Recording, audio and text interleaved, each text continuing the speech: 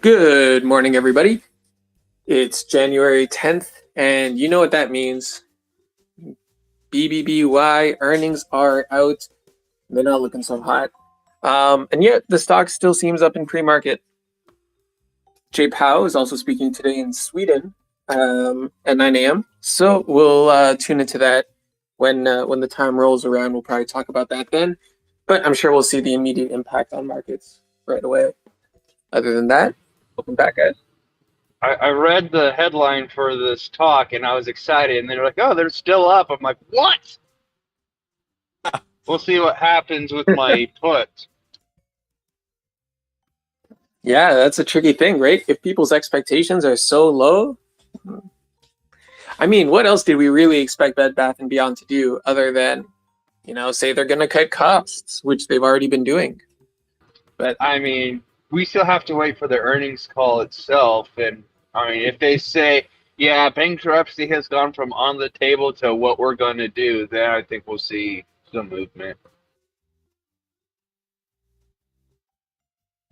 yeah, I think that's going to be a pretty big blow to. I feel like a lot of people here were or already exited their BBBY puts, but I think there's a few that still are holding. I guess I should have exited mine. Unfortunately, Friday I was pretty busy, so I didn't have time to try to sell it Friday because of having an actual job. But I mean, I bought one contract for $8, and it's still up, so not going to be too upset. Yeah, these guys, they would really like to collect on those, I would say. Yeah, just some quick headlines real quick. Today, Speaker Powell's speaking, as we know. It's the elephant in the room. And then also, China December new bank loans that they beat the forecast of 2022 lending at record high. That's kind of obvious. But the Swiss Central Bank posts biggest loss in its 116-year history. Unbelievable, really. And furthermore, Bank of France calls for stricter crypto regulation. Wonder why.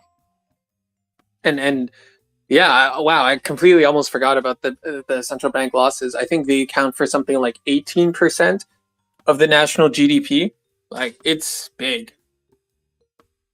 Yeah, Scald says they're known for their money and their watches. Well, it doesn't look like they have very much money left. Looks like they're going to have to sell those watches. I'm so sorry. At auction. Hey, I fat fingered journalist stuff. This was not me. I just want you all to know. I fat fingered. I was just so excited to invite you guys up. I heard about this is the first I've heard about the Swiss Central Bank losing money, but I did hear something a while back about the Swiss Central Bank. In the last time there was a disaster with Credit Suisse, they did a big bailout for them in the form of a loan that was actually beneficial for both parties. So that may account for it. So I'm not sure if that's why they're posting such huge losses, but it could be. Yeah, it's a very interesting spider web, kind of like of everybody in there, especially with the loans.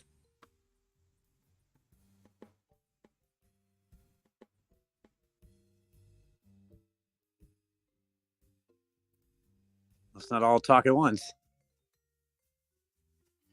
Yes, that's a journalist talk at once. What do you think JPow will say tonight? Any expectations about what he's going to say? I think he's speaking in like 30 minutes, but let me just double check. 9 a.m. Eastern. So it's currently 2:36 p.m. in Switzerland. Go ahead. Yeah. Also, as a foreigner, not an American, a foreigner from Europe, I want to know, why does it have such a big impact when he speaks? I mean, I don't really understand why he is such an important part of economics and all of that. Because he's the chairman of the Federal Reserve, and they're looking to see if anything he says gives any indication as to whether he's going to raise interest rates further and by how much. Yeah, like he's the guy with the finger on the free money button. Interest rate. He's the king cheese. Economy. He's the king cheese. Makes the world go round, so to speak. He's the one that's going to say whether the recession's over or not. Also, when China is on such a big race right now, an economy or the coronavirus have been at its peak, does he have the same kind of say in China too? Because I know the importance here in Denmark, how much he is a part of our stock market, but in China, isn't it different there? Well, the deals that. Oh yeah, go on, opinion. Go on. I was just gonna say I sticky the link to JPow's talk at 9 a.m. So if anyone wants to click on that, I'm sure there will be a recording anyways. But just so people know where it is, should be stickied. Wait, is the video is it posted by Money Control? I think I'm already on that. Oh, Like the YouTuber. I think he's going for the official government link. Oh, okay. I'll be on that then. Hey guys, so I'm talking from Switzerland, just to clarify what was said a few minutes ago. First of all, the bailout was for UBS and not Credit Suisse, and that was in 2008. So they got their money back and some. And one of the reasons the central bank in Switzerland is losing money is because it's lowering the value of the Swiss franc, buying euros and dollars. So this is the main reason they are losing money. So you're saying they're intentionally deflating the value of the Swiss franc? Yes, because Switzerland lives from exports, and they don't want all the products made here have a higher cost than they can sell outside in Europe and Europe mainly. That is counterintuitive, right? If your currency is weaker, your export market's more opportunistic. So do you mean that? No. This is what I'm saying. They are trying to make the currency weaker by buying large quantities of euros and dollars. Okay. And this causes them to lose money. Okay. You're trying to weaken the Swiss franc. Okay, gotcha. Yes. Trying and making it. But even so, it's still very strong. The Swiss franc is a refuge currency, and with the recession, everyone is trying to buy it, also with the war. Something else regarding the Fed Powell speech, or rather related to interest rates. There's an article in Bloomberg that Jamie Dimon says that the Fed may need to hike interest rates beyond 5%. So Jamie Dimon, if you don't know, is the CEO of JP Morgan, one of the biggest banks in the world. So what he says should carry some weight. He's also talking his position, right? Like every one of these big banks has essentially been saying the opposite of all this shit right up until they got their position right. Now they're like, hey, yeah, raise them to 10%. We need to fix this inflation thing. Just tells you what JP Morgan's got lined up, what they're invested in. Good to know. Alexandri Paruski. Nie, angielski пожалуйста. Are we doing the language time now? Okay, 5 minutes. Go ahead. No, that's the only phrase I ever knew from my favorite movie, Red October. Oh, I just want to let opinion know we're doing 5-minute intervals of language lessons every morning. So, oh no, this is even worse than the discounts for veterans. Opinion. It's that, or we do 5 minutes of talking about how much we love veterans. So you pick the one that you like. Or let's combine the worst of both worlds and try to figure out what the word for veteran is in multiple different languages. Oh dear. All right, let's go. That's the theme of today. Veterano. And the call's over. But in between the 5 minutes. So to keep it market related, if you go to Bed Bath & Beyond as a veteran, you get a 10% discount on all products purchased, which is very important because that's market related. So keep that in mind to your veterans. Get out there to Bed Bath & Beyond and purchase your stuff. Yeah, get one of those $350 million towels. That's an expensive towel. And make sure when it comes you do with the an purchase, NFT opinion. make sure when you buy it, you let the clerk know that as a shareholder, you are an owner and should be treated as such. You should be able to at least take it off the shelf anyway. Yeah. Yeah. So is anyone else playing Bed Bath & Beyond then? I say else, but I'm not actually trading Bed Bath & Beyond. Although I did. I got rid of mine. I'm scared to play it now because of, it seemed like, well, Hasn't been priced in yet. Does it have like a pre-market trading? yeah, I think the what was it, the borrow rate or something was super high. Oh, you can't short it, or it costs a lot to short it. Of course it costs. This is a stock that went from $22 to $1 in a year. Yeah, the borrow rate's really high. Yeah. It'll be nuts if it goes skyrocket again with all the bad news it received. I mean, you think puts is a bad idea? It could be because, man, when you get a lot of publicity like this, that's your choice. I can't tell you what to get. Personally, I don't. It's going to be I wouldn't so touch high. it. Your break even is going to be zero. You have to assume that there's no value in any of the brands, and in a liquidation event that they aren't able right, and there is value still in the store and the actual towel inventory they have, I think. I'm pretty sure Specifically their in the debt towels, is greater. I'm pretty sure their debt is greater than the value of the company, which is why they're in this position. Depends And their inventory might depends on the not be value that of high, brands. and their inventory might not be that high because last but their fall, kit the kit is supplier what's said pulling, that isn't they it? weren't. Last fall, suppliers said that they weren't shipping inventory to Bed Bath & Beyond on credit anymore. They had to prepay for all their inventory that they have. So I'm guessing their inventory is pretty low. They actually that tells lost more than their market cap in the last 2 quarters.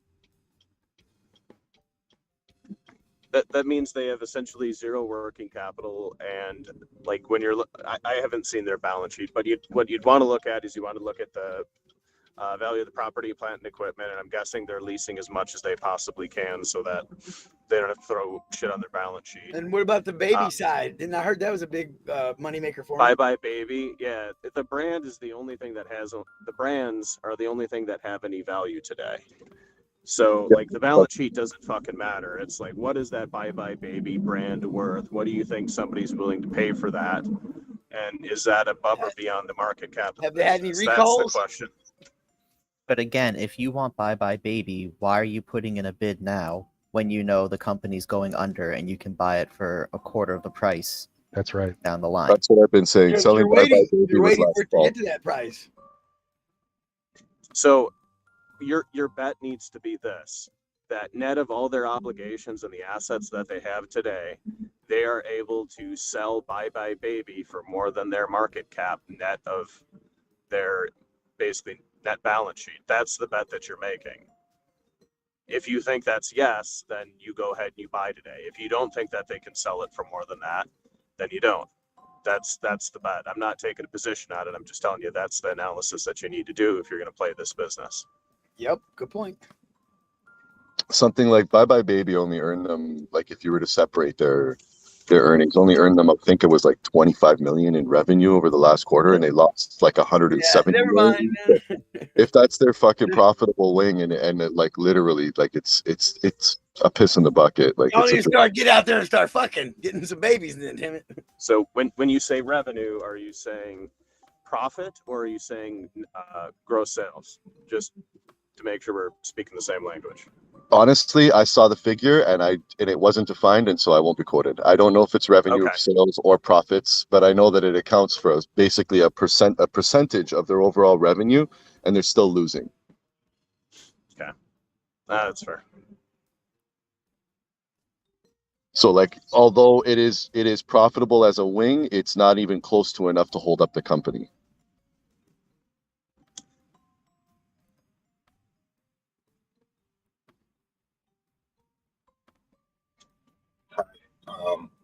I just heard the Russian Niet here. I'm an American of Russian origin living in Spain, and I wanted to add some international flavor to this. I've been listening to some Russian commentary on YouTube and some Telegram channels, and it's a lot of people in the know say that the war is actually escalating, and it might especially it might escalate around end of February, beginning of May, when Putin conducts another round of mobilization. And I feel that the general market narrative in the US is not taking this into account, because if there is a sharp escalation of the war, that will affect the markets. So I'd like to hear your thoughts on this. Well, if I may, So this escalation is conscripts, and I think the announcement for the conscription was like 3 months ago. So if he wants to send them in on 5 months training, I don't see that as an escalation. you got to look at the optics, though, right? Like, if you're looking at escalation, the market's going to react, right? And you look at what Russia has the most influence over, it's commodities, right? It's oil, it's natural gas, it's grains, and it's fertilizers. So the play would be to be long some of that commodity basket. But don't you think that if there's a sharp escalation of the war, he's going to draft allegedly millions of people? I mean, I cannot verify this information, but if this happens, actually, don't you think that there will be a general dip of the market of everything, like in March of last year? Yeah, so in March of 22, right, like first week of March, every commodity absolutely fucking spiked, and you had fear kick in across the entire market. You saw the grain board rally across the entire basket. You saw fertilizers go essentially to the moon. You saw oil and natural gas spike. If it escalates, and don't forget about palladium. It just fucking... palladium is like the most important one of all of those. Don't forget that. Like the thing that you need to like be prepared for is for the market to react to like further sanctions and like shutting off these supplies, and then the global S&Ds need to react to the decrease of a preferred supplier. You have to worry about the BRIC countries essentially still buying those products and disrupting your trade flows. All it really does over the long term is make your distribution costs more expensive, because some countries will take it at a price or will pay a premium for a non-Russian supplied sort of origin. But all it does is change your freight spreads, right? If Russia usually goes to Europe, given the freight spread, and can't today, then they go to Brazil, it adds, $40-50 to whatever that commodity is, and the market re-rationalizes at, the old level, plus that freight premium, plus a risk premium. And what do you think about the effect on just normal stocks? Because I think when the war started last February, early March, everything dipped. The commentary that I'm hearing, the Russian commentary that I'm hearing and that I trust, is fairly radical. They say that Putin is not going to stop if he's alive after the next rounds of mobilization. If he doesn't achieve his purpose, he might actually use tactical nuclear weapons. And I think market reaction to that will be very pronounced. Severe. Yeah, I agree. Should be great for defense stocks. Yeah. And I'm gonna go on record. Raytheon and those defensive stocks should start to overproduce materials to ship over to Eastern Europe. And I guess on the same lines as the commodity exporting countries. Yeah, but folks I would like also looking at the guys that give them the things that they need for those type of weapons as well. Right. And I think countries that are on the sidelines are going to benefit quite a lot. So last time India and China were buying oil at a deep discount, so they should continue to win. Other commodity exporters, I suppose Indonesia and Brazil, should also be winners. I guess if you're watching a big fight from the sideline, it's very entertaining. I don't want to take away from this conversation, but I do want to let you guys know that two soldiers can go to the border from two different countries and they fight for the country, but they're still two human beings. So let's just keep in mind that every country has their way of spreading news and information, and take it with a grain of salt. Whatever is said here, WSB does not hold any of these people's opinions to our brand. But continue. This is I mean, I don't have any opinion myself. I just want to know. I'm just pointing to the fact that I think the war has been sort of priced in, and the general public is kind of bored with this news, but it very much continues. It's not over.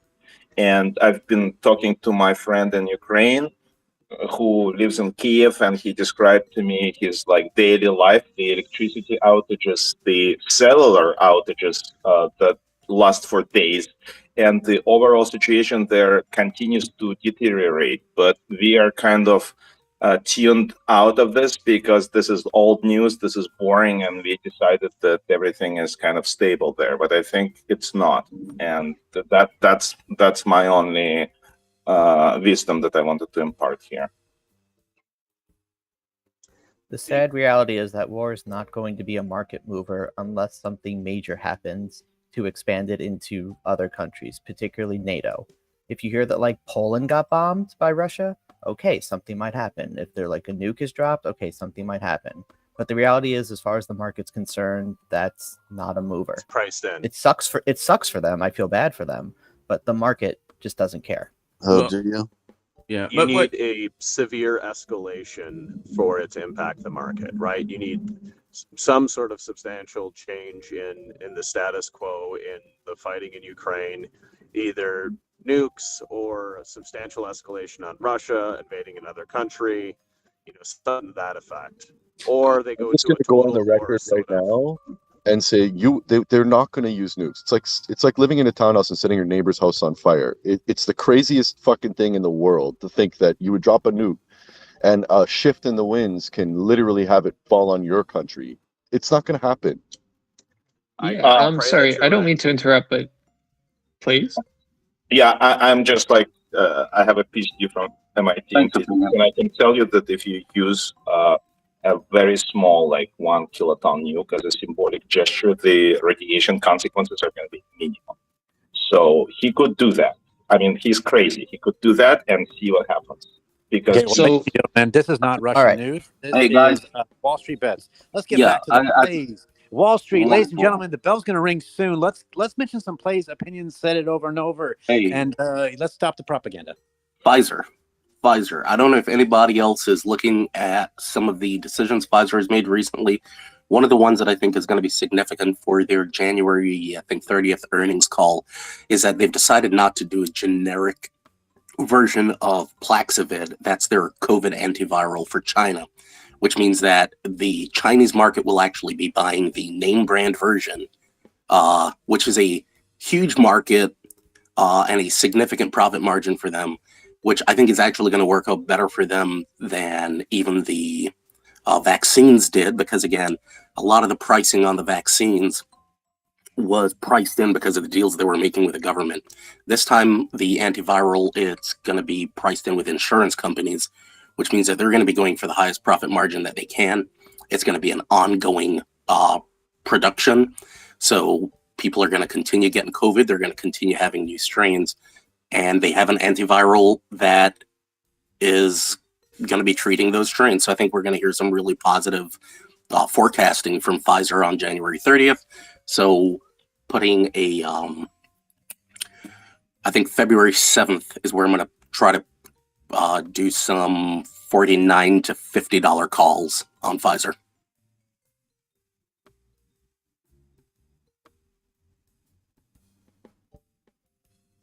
And there's a play.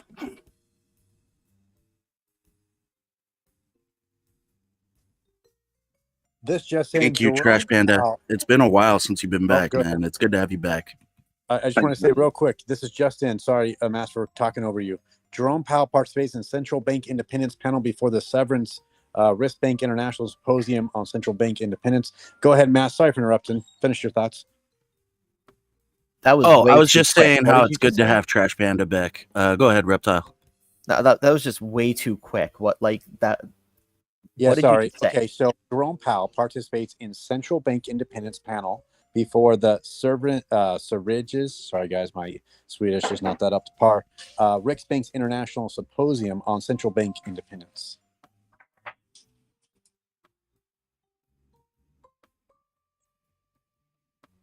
So That he's seems like a talking. nothing burger. He's talking at the place he said he was going to be talking. I thought you said he departed at first. I was like, wait, are you saying that he just like left for something? Yeah, that Not talking here anymore. No, so this is talk. Okay, I will help you guys out here. So that basically what this is it addresses central bank independence from various angles, climates, payments, mandates, and global policy coordinates. So he's already going to talk about the global policy moving forward before he has the meeting. So I'm saying we should pay attention to things that are related to the Swiss bank market because that market is still open. To be clear, I don't think this is going to be a huge market mover. I think the impact is very low, but it's something of interest. For everyone's awareness, the panel is not going to be talking about inflation at all, but there is a Q&A section where it could potentially come up, but that's not on the table for something for them to discuss. But CPI does come out on Thursday, which will most likely cause this background to be wrong on that day. So definitely tune in for that. You need a half red, half green background. Just cover all your bases. Call it the hedge. The hedge. I love it. That's tomorrow's talk. The hedge. Title it. No, Thursday. Sorry, it's Thursday. Anyway, speaking of hedges, what other hedgy related plays are you making? You talked about BBBY. Are any of the other meme stocks doing anything, or it's just business as usual? I'm still long ape. It's gonna merge. It's gonna go up. Come join me. There's money. Is there a date on that? Not yet, but once they announce the date, it'll have another pop. He's telling us now so that you can laugh at us later. You just wait. I'm gonna make my $20 and I'm gonna get the good Hershey bar from the vending machine. Y'all are gonna be jealous. $20 for it. Really? Is that possible?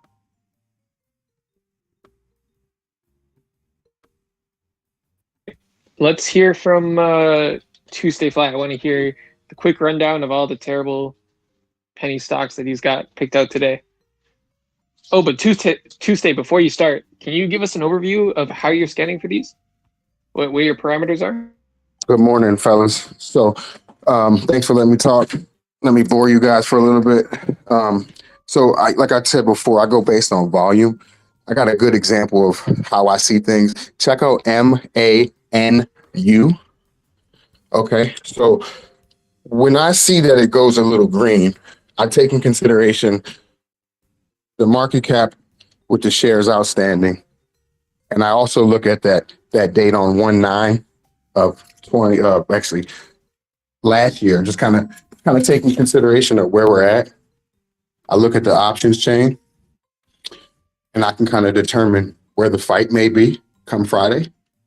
That is one of my plays for the day.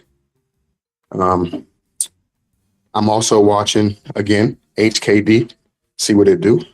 I'm also going to watch PRE. I put in the chat, Jan, earlier this morning. It did a acquisition, so I'd watch that. I'd also keep an eye on NUWE. And I would ask a question, did anybody play my crypto plays yesterday? Get a little bag. Remind us again, what were they and how they'd pan out?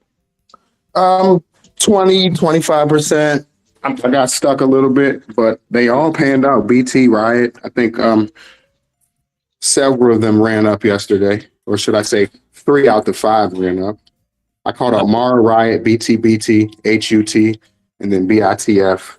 And I also didn't get to say coin before I got cut off, but that's where it's at for me. Oh, awesome. That's been our shit tier stock update. Yeah, I waited too long to jump on those. So when I saw them, they were like 16% up already. So what I like to do is when they're running, just catch them on the downturn. They're going to go down. Typically, the market goes down between, say, the Chinese come back from lunch at 10:30. So you run between 10:30 and 11:30, 11:45. And then you have that period between 12 and 1. That happens often where you just barcode or whatever. I like to jump in right before that, in between that time. So good luck, fellas. Opinion, I'm not really good with crypto. What coins did he mention? They weren't coins. They were actually related to the crypto.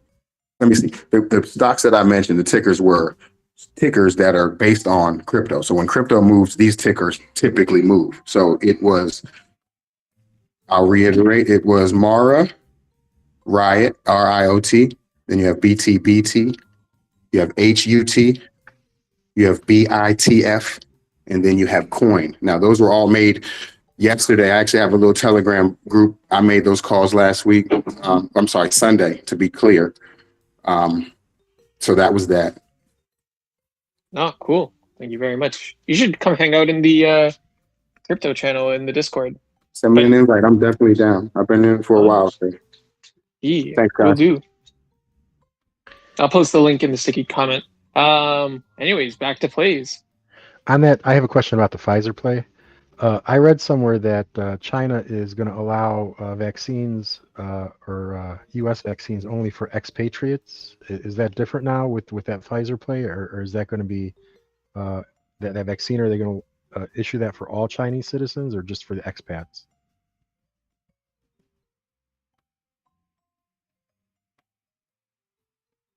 Crickets.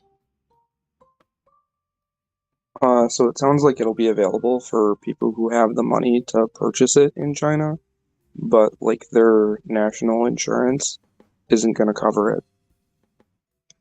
Roger. Okay, thank you. Can I crowdsource an opinion on Apple? Earnings end of the month. Market cap is higher than Microsoft, and I feel like sentiment from consumers is on the decline. I think I read about supply chain issues maybe in Q4. So are they going to take a big hit towards the end of the month leading up to earnings? Any views from the group? I think Long-term they're play, I struggle to bet against Apple. I think they're still supply constrained. Is that their issue right now? I don't think it's a demand issue. Yeah, I At least understood there were the supply manufacturing challenges for parts coming from China, which should be easing, but there would be a backlog from that.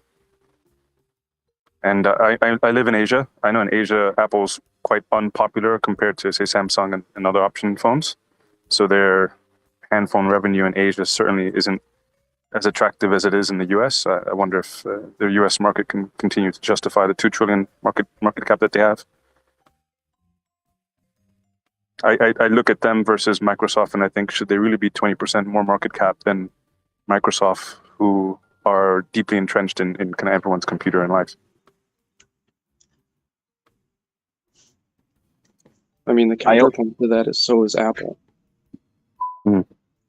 I always think Apple's gonna fall, like last quarter when they had all those factory shutdowns in China, but they still managed to beat expectations. So I just don't bet against them. Every time I bet against Apple, I've lost money. And at this point, I just refuse to bet against them. I'm with you on that one. They have the strongest brand globally, besides maybe Coca-Cola. Their brand recognition is impeccable. Their products, as a general rule, function reasonably well, and like they're functional even for like the least tech-savvy people. So they're really easy to use, and like people like that. From a like geopolitical standpoint, I think there's always just a little bit of a premium for U.S. goods, and China might, or Southeast Asia might not respect that, but Europe does, and North and South America do. So Apple is the largest revenue share of the phone market, but not actually the largest phone share. The only thing you care about is profit, right? Who cares how many phones you sell if you're not making a buck?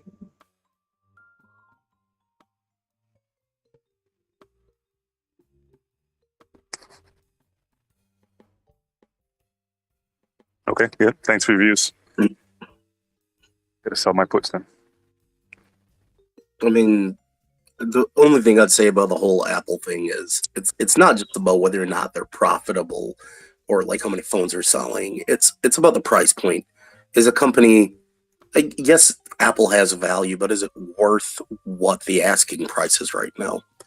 And I'd say you're still overvalued, honestly. They're like a 22 times earnings and have consistently grown their earnings profile. That doesn't, like, if you're, I haven't built a model that discounts their future cash flows with assumptions on revenue growth, but a 22 times earnings doesn't seem unreasonable by any stretch for a tech company. Maybe I'm off a little bit on that, but it's under 30.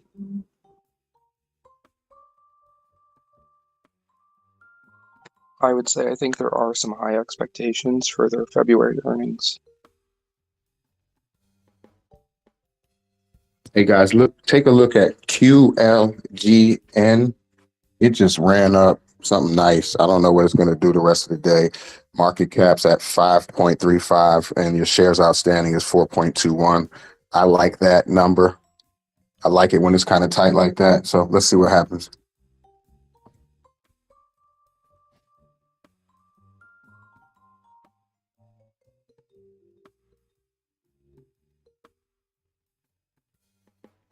Looks like JPow definitely said something in that talk because SPY is up 0.45%, 45 basis points. So Post it in the comments.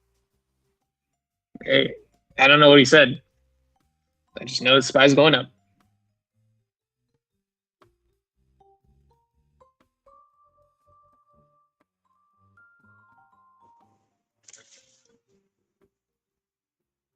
Oh, Scald is finally back.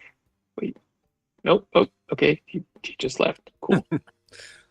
On the country to SPY, the futures are down 0.34 E-mini. So yeah.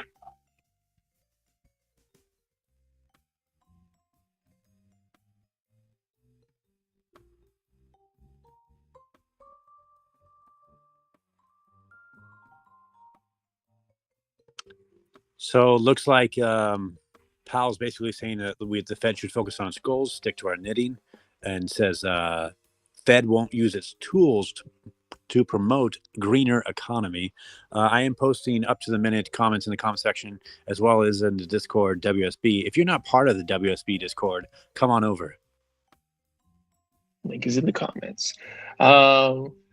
Captain Fish in a Pond, why are you so mad? Please explain all these emojis. What do you want from us? I guess we'll never know.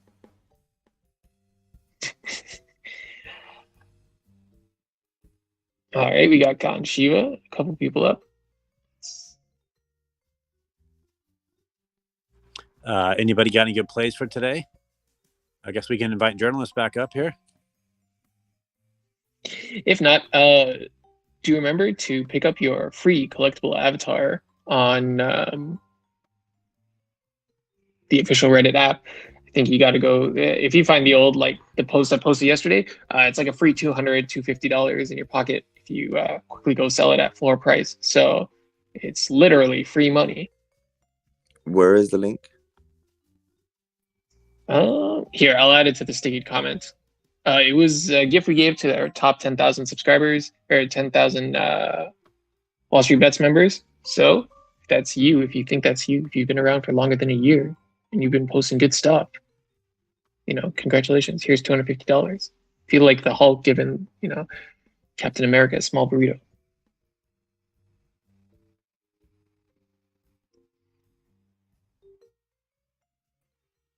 Speaking of Apple, had a potential play, keeping an eye on Broadcom. Apple's looking to sever ties with them soon and create their own chip by 2024. And Apple accounts for 20% of Broadcom's balance sheet, I guess, or so. I forget. But yeah, they account for 20%.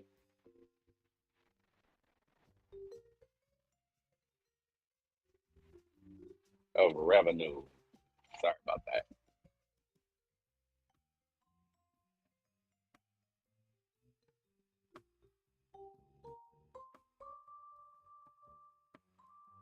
that.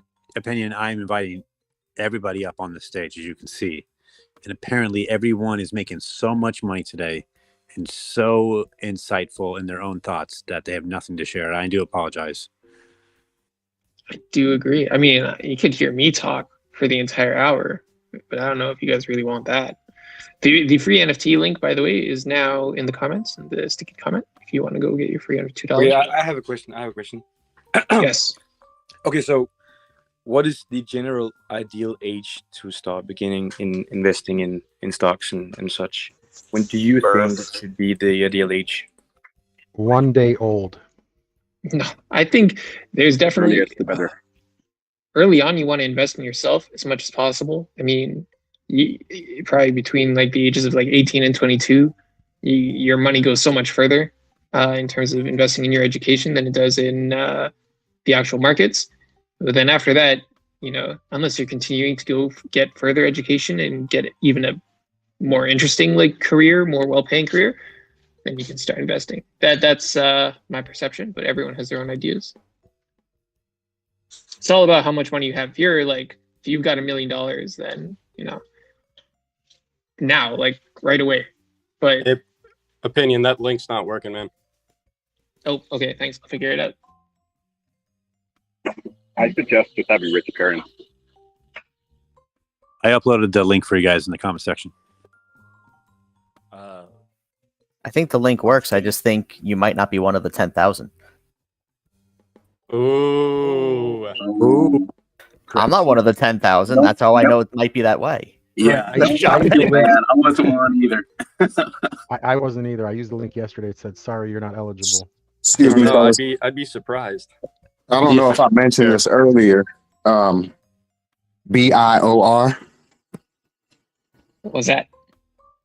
Okay, I'll give it. Take a peek at it. My apologies. It just popped up on the scanners. A couple things going on with it. I was in the shower. My apologies. So give me a second. I'll be right back to you. But I just figured I'd mention it real quick. Shit. Are you sharing that with So fish? I'd like to talk on when to start investing real quick. And I just want to say that my kiddo is already a bag holding Disney, and they're not even able to read yet. So I bought them that stock to hang up in the nursery. It has all the Disney characters on it, and they're not even aware they're a bag holder yet. So how did you set it up for them to like an account for them? Who are you doing that through? Yeah, there's a whole thing where you can basically purchase stocks for a minor. It's called. Give me a second. Let me Google the thing. I'll be right back. Because you just figured out all my Christmas presents for all my nieces and nephews forever. Bed Bath and Beyond. Don't they still have that Gerber baby stock thingy you can get for like little kids? There's a Fidelity Youth account was what I went through, but there's a name for it, like a general name. Like it doesn't have to be through Fidelity. There's a general name for the ability to purchase stocks for kiddos. Hey, can you guys hear this? Can somebody say yes? That's a question. Yes, I can hear you. We can hear you. Okay. I am not joking. I am a federal agent. I will not tell you who I work for. And if you want to fuck around and find out, don't worry. The feds assume every agency, think federal in the world that matters, is standing next to me right now. And assume that everything I do has always been doxed. Okay? I'm not joking. Fuck around, find out. Does anybody want to know that I'm here to help you guys? Do you guys want to talk to me? Bro, what are you talking about? Methamphetamines this morning? Right? You can come around and find out. Hang on, guys. This guy's serious stuff. I did take mine. Someone's running low Whoa, on everybody- Haldol, everybody buddy. relax. A little bit of Haldol. Opinion. Come over here and fuck Opinion. around and find out. partner. Hey, Guys, I wanted to know how many. hey guys, I just want to say one at a time, and I want to let you know that online you can be whatever you want. Okay, let everyone have a dream. Continue forward. I just wanted to know how many Target gift cards the FBI needed from me in order to find out that info. Come on, man. The last time they charged me like $2,000 in Netflix gift cards, so probably somewhere around there. In any case, let's turn our heads back to plays. If we've got something, we got like 15 minutes to mark it open, and we'll go a little longer. Did you guys already talk about? I wasn't here earlier. Did you guys already talk about Bed Bath & Beyond's apocalyptic earnings report and how it's still pumping pre-market? All right. Before we get to Bed Bath & Beyond, Skull, is that the thing already- you were talking about is called a universal gift to minors account. There you go. A UGMA. And so that's something that is a tax advantage account you can give to young people. I think you can put like $15,000 a year in there. It's some ridiculous amount. And also feds can suck my dick. Hey, I got a tax evasion play for you. You can, if you own a business, right, and you can make your kids employees, right? Take a picture of your kid and hold in one of your products or make them in an advertisement. Then you can pay them, and then you can throw that in a Roth or 401k, and that'll be tax free.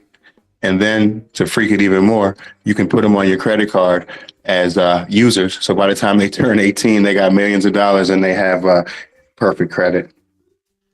If you're with the Fed, why are you wasting time in WSB?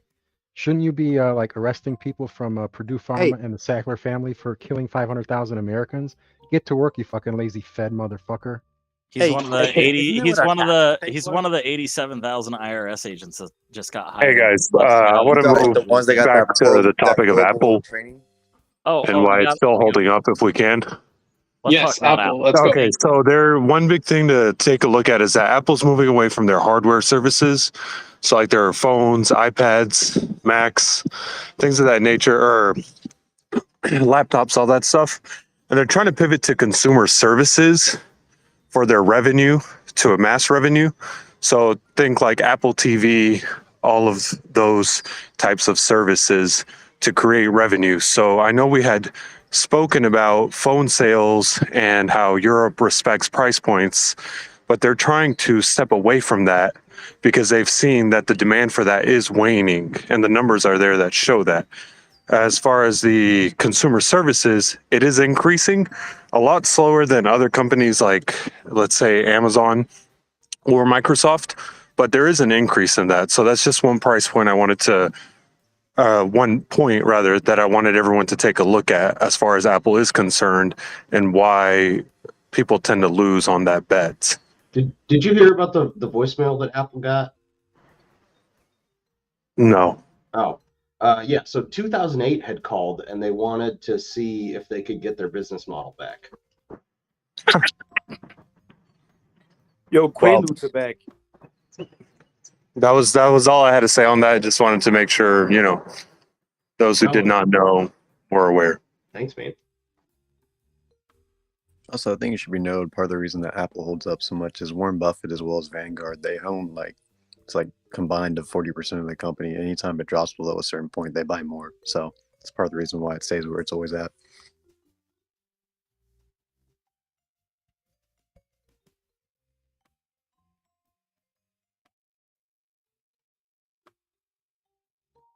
What do you guys think about Quaaludes? Bullish. Pharmaceuticals, we still having a problem with supply. Demand is there though, definitely.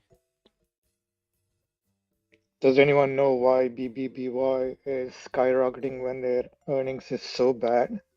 It's a bull trap. Don't do it. That's what I wanted to talk about. Their earnings were apocalyptic. I don't use that word lightly. It was bleak. It's pre-market, guys. It's pre-market, and you've got a couple people who are moving it in a big way. Don't look at it this morning and say, hey, it's moving. Wait till noon today and then make a decision as to whether or not you think it's actually going through the roof. Well said. It could be moving on sell volume too, right? So, selling also causes a rise in price based off of volume. So it could just be a mass amount of sales going through. Should be noted that JPow is speaking right now in Sweden. Any word about what he's saying, other than that it's generally hawkish? That he likes lingonberry and meatballs.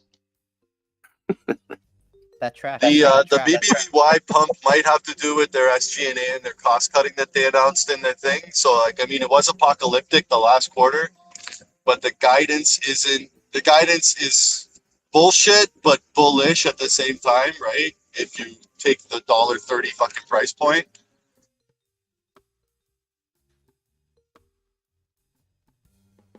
I have a Well, if question. Revlon taught us anything, it's that bankruptcy is actually incredibly bullish and the stock should shoot up, right? Oh, don't get me wrong. I'm bearish as fuck. I hold puts, but I'm just saying, like, if you're looking for a rational reason why it's going up a little bit right now, it might be their cost cutting that they announced. According to my fiance, a couple weeks ago when she went into one of their stores with how empty it was, said that should have seen that bankruptcy coming a mile away. Yeah, I mean, their suppliers cut off shipments to Bed Bath & Beyond unless they paid cash. They weren't sending inventory on credit anymore. And there was also somebody from Bed Bath & Beyond that asked their suppliers what happens in case of a bankruptcy. There was no Christmas for Bed Bath & Beyond this year. The Grinch came and took everything. I mean, to me, one of the most damning things about the whole Bed Bath & Beyond situation is if you look at their price-to-book ratio compared to their price is falling, and the price-to-book ratio is still increasing, which means that they're losing value faster than the price is going down. I just don't see what the silver lining is here. So if they go into bankruptcy, they're still like 6 times the value of their assets. Like, your exposure to risk here is huge. You can still lose a massive amount of money on Bed Bath & Beyond. Anybody have any ideas on what the chances of somebody buying the brand out completely? Very low, because Zero. In order to buy them, they're purchasing the debt, and the company is not worth the debt, even in liquidation. There's only a chance of buying the brand out if they go into bankruptcy. Why would you pay premium when you can get it at a discount? I spoke on that exact point earlier. Why wouldn't you just wait for this to go to bankruptcy and then buy it for pennies on the dollar? And I believe it was a few other WallStreetBets commentators said that their counter was that places like Amazon would look to do a brand extension into this, and their purchase of the entire company would be pretty low. I don't see it. I just don't believe that. Yeah, because they don't make anything. They're right. just, repackaged. They're not like a supply chain type thing. They just look at what like Macy's did with Toys R Us, right? You wait for it to go fully bankrupt, you buy out the brand and the name, and then you put a little store, right? So maybe here 5 years from now, there'll be a Bye Bye Baby section in Walmart, right? And maybe Walmart will buy the brand for pennies on the dollar. But why would you buy it now when you can wait for the bankruptcy to resolve? Yeah, and also last time they gave guidance, they said they were moving away from their own brands and they're going to national brands that everyone else is selling. So the stuff that they're selling now, you can get at Target, you can get at Walmart, you can get at any other store around there. So they have zero what kind of differentiation, right? Why would you just get it at Walmart if they're selling the same brands as Walmart? Not to mention nobody really has the kind of money, to buy just about any of this stuff right now. I got a question. You might know anything about Leidos, Leidos Holdings. The reason why I asked that is because I've had them on my watch list for over a year now, or maybe almost 2. And every freaking day, this company does 600,000 in total volume, or 600, in this case, 600,210. But they're always right around 600,000 every single day. I didn't know if is that a pattern where, something can. Well, does it move? No, does it move? Yeah. I mean, it's at 100 right now. What's the ticker? Could be crosses. LDOS. A lot of it is the big, like Morgan Stanley. So I don't know. This company, I can't put my finger on it. Well, how many shares are outstanding? Put your finger in it. All right. Let's see. It says how many shares outstanding would be 136 million. What's the float? 13 billion market cap. Free float 135. The market cap at But 13. there's not enough volume for it to really do much. 13.58 billion. It could be crosses. American Defense Aviation 52-week high was Information 111. Technology. American So Defense Aviation Information Technology and Biomedical Research Company, headquartered in Virginia. here, let me Okay. chime in here. All right. So Lido's ticker LDOS. I actually used to work for them. They're a defense contractor similar to your RTX, your Northrop Grumman. Okay. They actually used to be part of Lockheed Martin. It was a spinoff from Lockheed Martin, more into the services piece, so not much on product side. Not Majority development and secret shit. But, yeah, I mean, it's like R&D type work or services based. I mean, they kind of put their hands in everything, similar to Northrop, Raytheon, and so forth. They're not super product based, which is it was more of like your low margin type of services, IT like services. EDS to Texas Instruments. What Yeah, I'm more of your reading IT here. services. But I mean, ever since I worked there, and I was there for a few years, and then before I even went there, the price that I've ever seen it go was like $80 to $90. It always kind of trades in that range. Every time it's goes over 100, it comes right back down. 79 was its 52-week low, and 111 was its high. So What I'm reading here is that it says that the Leidos Lockheed Martin merger is one of the biggest transactions thus far in the consolidation of the defense sector. So are they a merger or a spinoff? They were merged, but it's technically a spin-off off of Lockheed Martin. They are two separate Roger. entities. Therefore, they have the okay. two tickers. Yeah, it was Gotcha. kind of weird how the history worked, but they were part of it. Then Lockheed Martin didn't see a lot of value with some of the low margin IT services, so it spun off back into what Leidos is now.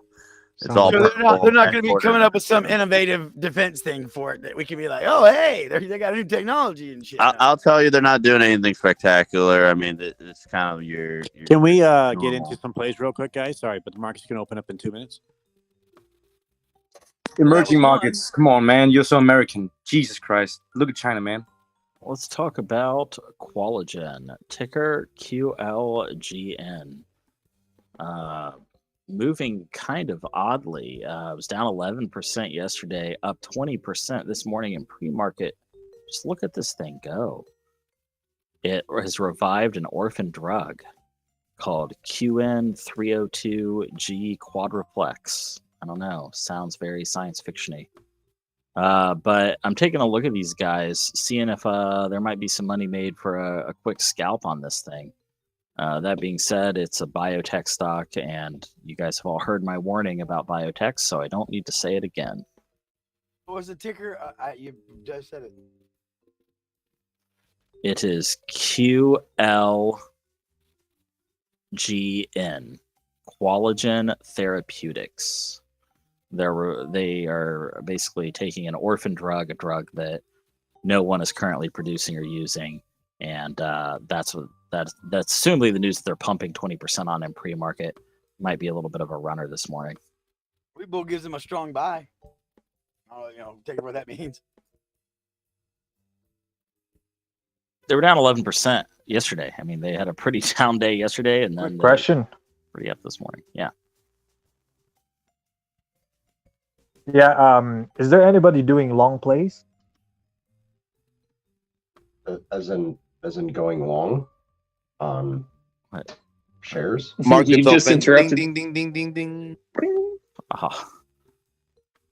Yeah. Yeah, you just interrupted someone. That... I like that QLGN book value on it. Oh, sorry. Go ahead, Opinion. Let's hear from Opinion first, since he knows what he's doing. Oh no, I was just saying that guy just interrupted someone who was doing a long play or was talking about one. But since it's a little bit quiet, I invited journalists back up. Stock traded for $13,000 at one point. Holy shit! In 2015. All right, so no gains. Cool. What do you mean by long plays? Explain what you were thinking. What do you mean? Equity, no options, because it doesn't offer options. It's a pure equity play for long term, like more than 1 year play. Yeah, that's my mission here. I'm trying these guys to stop betting on options and buying equity. That's not really what we do here at Wall Street Bets. I recommend you go to like our finance or our stocks, You will or very our soon. value, Folks, or I go would to like go to buy our Coca-Cola. I or hear go it's safe in a recession. yeah, go to our value investing, man. They'll tell you all about that kind of stuff. Man. There's a whole Since subreddit. I am part of this community, this is now value investing. Okay. All right. So, just journalist, before you get started, I wanted to, I don't remember who said it, saying that the stock was at 13,000. You see that a lot in companies that continuously reverse split as their share price slides and slides. And so they reverse split up to something that's more reasonable as opposed to like 10 cents. They'll be back up at like $3 or something.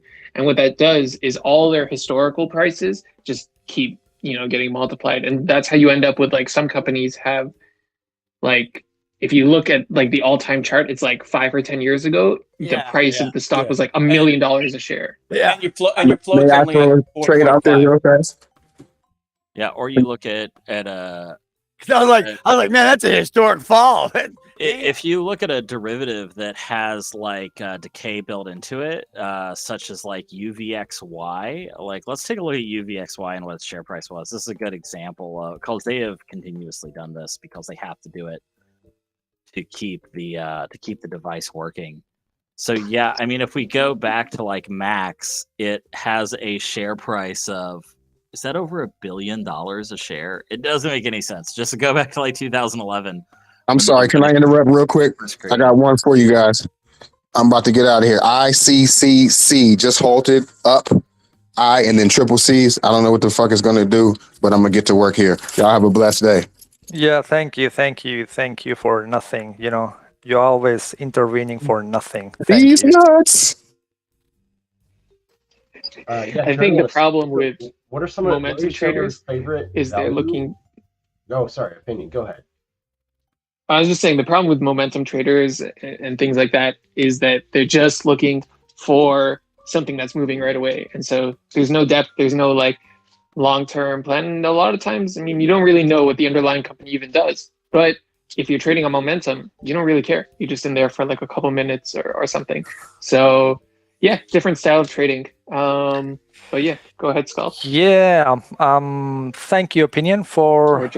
Gold. Say again. Can I talk? It's gold, not you. Oh, Can I I talk? was just talking about UVXY and Yeah, we know. All right. Thank you very much. Yeah, thanks. So Journalists, basically, shut the fuck up. Stop cutting people off. Journalists, do you even know what UVXY is?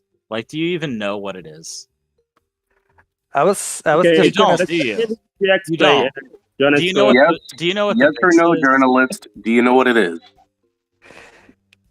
Can I You don't- elaborate? How are you in a trading Hello? firm and you don't know what the VIX is? Can I Would you like elaborate? it in Spanish, journalist? Would you like it in Espanol? Sí o Okay, no? journalist, you may speak in a Elaborate, second, but but first, Scald, yes go or ahead. no? What was your point on UVXY?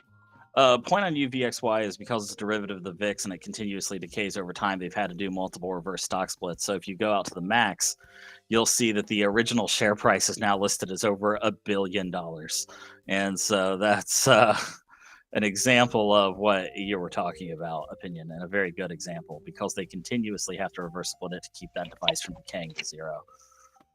But that's because of mostly contango, right? Right, because they're buying Okay. forward, and yeah, same deal. Hey, Skull, I have a great example of a reverse split. Can you guess what it is? Well, I think it was. I can guess that it was my turn, but yeah, go ahead. Go ahead, journalist. Is it You're up AMC? next. You're up next, journalist. Journalist, I will fight you, and I will enjoy it. We all will. We all will enjoy it. Hey, DM me, please. I'm receiving a lot of messages, actually. No, May it's not a bunch match. It's live rumble, taking bets on who wins, because that's how you roll here. Yeah, Won't yeah. create that bet. Yeah, I'm not following you, but yeah. So yeah, I've been receiving a lot of messages. Thank you, community. I think I've got like 600 messages so far in total since I joined the community. So people have been like saying, "Hey, thank you. I bought Ryanair. I bought Dr. Martens, Amadeus, Kion." So all these companies that are up like minimum is 20%. and maximum up to Kion is 75% up. So you are welcome. Okay, no problem. So what else? What do you have new for us? Sorry, Can you let's not where you go. shill your trading course so we can ban you? Say again. Boisterousness is not appreciated. Get to the plays, journalists. Well, Ryanair is a good play though. So Yeah, I'm actually elaborating a new due diligence. Will be finished by Friday. So opinion, if you can prepare a pre-market session for me, because it seems like you ignore me pre-market, and you only allow me once the market is opened. If we can agree on 120 seconds again, this is 2 minutes for you.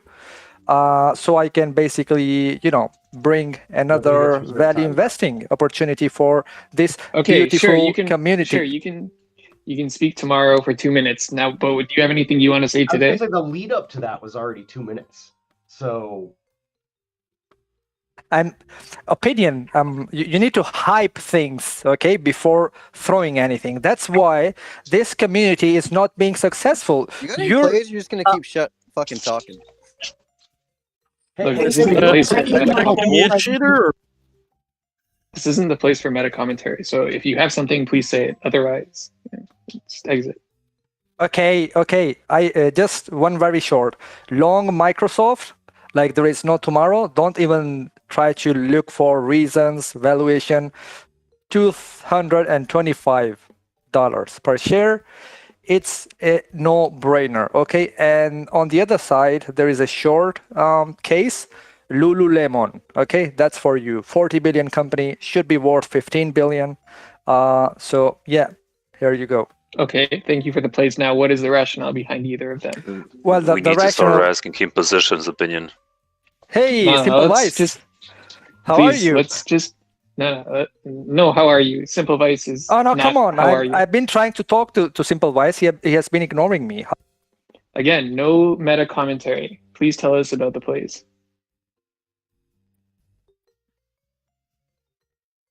Tell us about the reason, the rationale behind your MSFT long and Lululemon short. I don't have actually time because I'm very busy right now to share my due diligence. If you allow me tomorrow. All right. Well, we'll see you tomorrow. Now, let's get back to Thank plays. you, opinion. Speaking of Microsoft, 220, 210 put debit spread for March. Market correlation, shit's going down. So yeah, fuck Microsoft. Masterfully done, opinion. Very good. Well done, Sleepy Nate. Now that's a trade.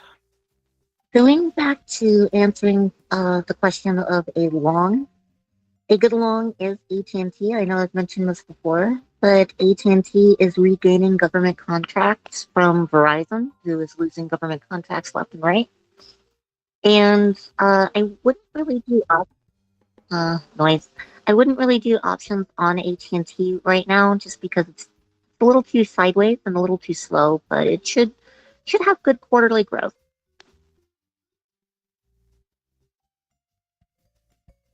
A little too sideways and a little too slow is a perfect stock for something that Loose Ventures mentioned yesterday.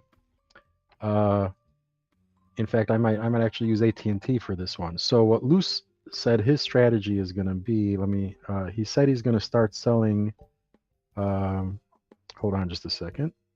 He said he's going to start selling short straddles and buying long straddles on stocks because he sees that as a good strategy for making money this year. And with this type of a strategy, you want a stock that doesn't move a lot up or down. You want it to just kind of move sideways. And I think that's probably why Loose Ventures is looking at this kind of a strategy to implement. And if what you're saying is correct about AT&T, it sounds like that might be a perfect stock to use this strategy on if they're just kind of moving sideways for now. Yeah, that sounds good. I would test that if I were you. Human genome, it's Yes. sell the short near dated, buy the long dated. Is that his strategy? Yeah, but straddles. Oh, wait, I have a question before that. Why are you Go ahead. listening to Lucy? If we have journalists here, it's a battle between two lions. Who is going to win? There's only place for one. Well, the kind of trading that we do here is more along the lines of the type of stuff that Luce recommends. If you want to follow journalists, I think journalists should start his own subreddit called Value Investing or something like original like that.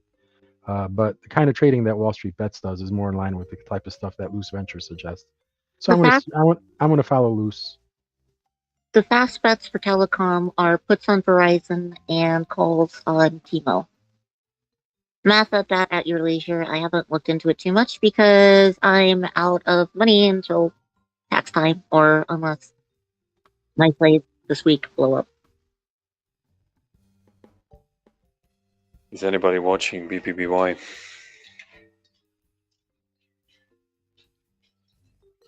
Why did it start tanking yet? Simple. No, it went up. And how much is it up on the day? Like 20% now? 10 since the market opened.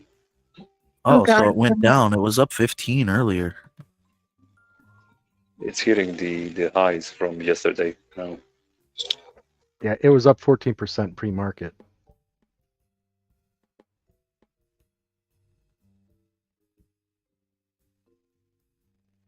I don't get it. I have a couple of theories, but I don't get it. Okay, yeah, like what is going on with Bed Bath and Beyond? It should be down. What is this market? It doesn't make any sense, and the more you think about it, the less you'll understand. There's a couple of possibilities. One is that shorts are finally closing, since they're afraid that somebody might actually like buy the company for 150 million or whatever it was, because it really is like a small price to pay for the brand of Baby, which generates $1 billion a year. They're fine, they shorted the shit out of the stock since it was in 30s, 40s. But $1 billion in sales, not yeah, sales. Yes, I said generated. Yeah, sales. Big red candles incoming, so hang off on that increase on the go. No, I know, but this is just a theory. Like if I was them, I would close the position, just to, it's done. Roger. It can't go any lower. And the other one is that there is some buying for the takeover. But yeah, or maybe it's just a bull trap. I don't know. That could be a possibility, right? Someone's trying to get enough ownership. Why buy it for 150 million if you can buy 30 million in the stock and get everybody else to just vote you in, right? Could be a thing. I'm looking at American Tower, AMT, since we're talking about this little bit of financial engineering here for the near dated shorts straddles, long dated long straddles. AMT's American Tower. What they do is they set up wireless transmission. They do a ton of business here in the U.S. They do a lot of business abroad. One of their biggest markets is actually Africa, where they've been deploying cellular towers throughout various countries in Africa. So if you don't know, Africa has been able to skip the whole having a house phone thing. So instead of laying thousands of miles of copper wire and coax cable, they've been able to go from no phone to cell phone and just skip this giant infrastructure investment by instead investing in cell towers, which is relatively cheaper, and then just giving people flip phones, right? What's the ticker? American Tower, ticker is AMT. So these guys, talking about a stock that moves sideways to slightly up, that's these guys. It's what they do. They move sideways to slightly up. I mean, if you guys are looking for options, go long. I have a ticker for you. It's called as DCPH. It's called as Desfera Pharmaceuticals. I bought this one in December 19th when it was like, what, $12 something? And now it's at $21.18. And they made a few changes. I think their volume is pretty good as well. So something to look at.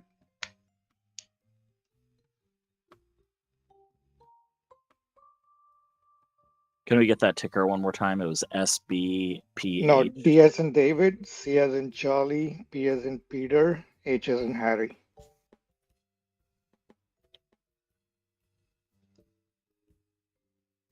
I made about 200% on this one and it's still going.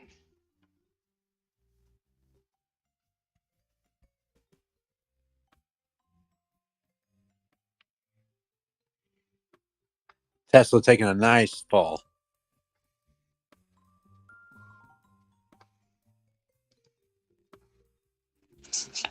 The entire basket of stocks that I watch that seem to correlate with short activity is ping-ponging up and down like journalists' attention span. So, could be some interesting plays here.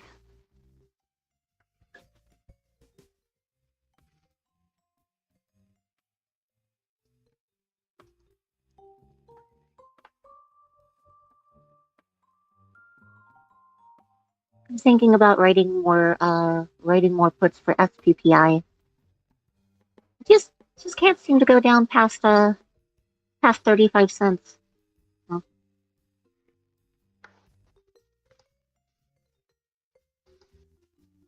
Tesla just fell off a little cliff, maybe like a little bit of a hill, down like 2% all of a sudden. Same with SPY, seems to be just like rapidly fluctuating up and down, weird ticks. So Was just keeping an eye autopilot out. engaged, or was it intentional?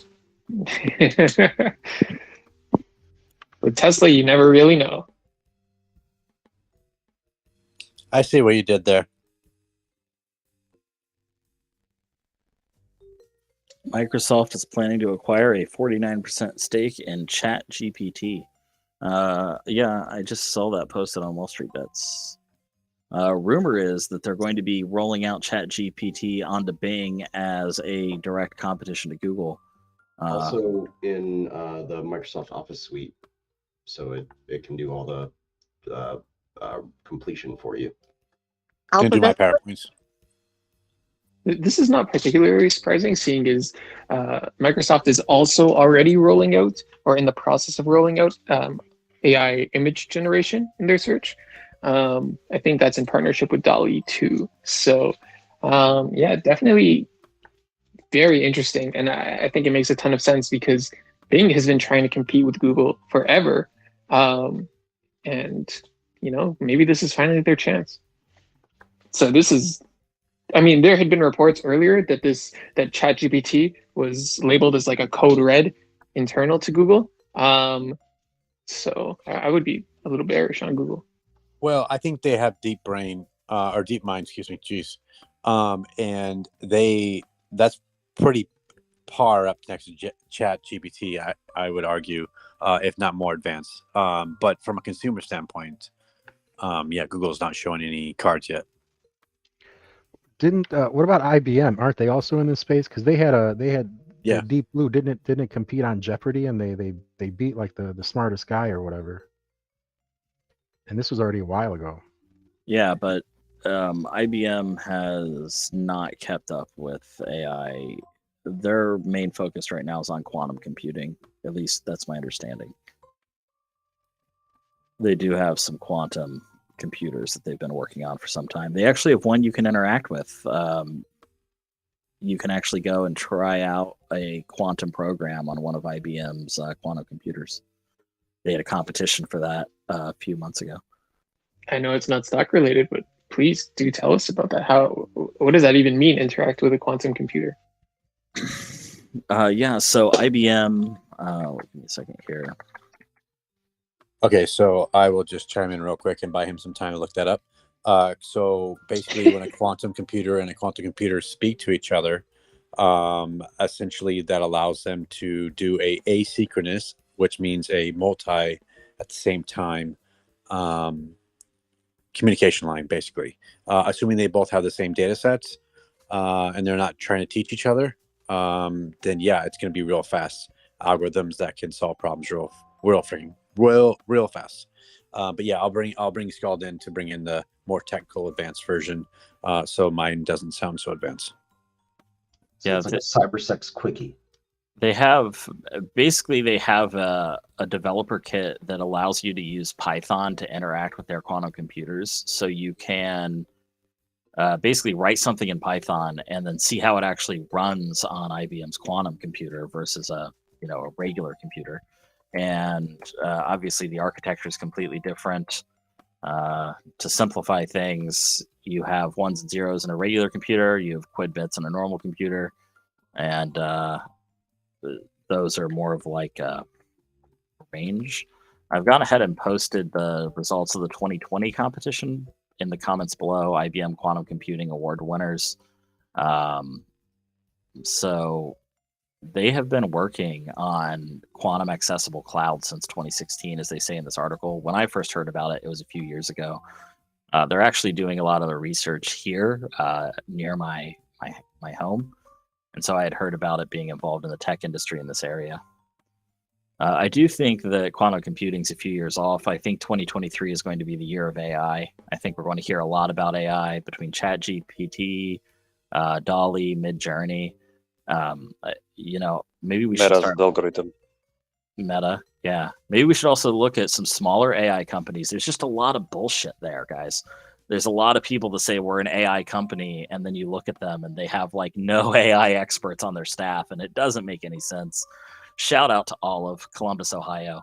They're one of those companies that doesn't have the AI staff to make their claims that they're making. They said that they're going to use it for medical coding, and then what they did was they hired a bunch of medical coders. Shouldn't you be hiring AI engineers, right? If that's your anyway. Yeah, and I if I can just chime in real quick, Scald. Absolutely. Another one was Root Insurance. They used AI for insurance, and they're down 98% over the last year and a half. They were a great short target. I shorted them last year. Zillow. Yeah, another good one. So there's a lot of bullshit out there in the AI world. So it's going to be tough for us to actually find value. But if we can find one, man, it's going to be a 10x. Go ahead, Elliot. Yeah, I was just going to say SAP is obviously one to look out for. They're not one you would first think about when it comes to AI, but they've been around for a while, especially in the sports arena.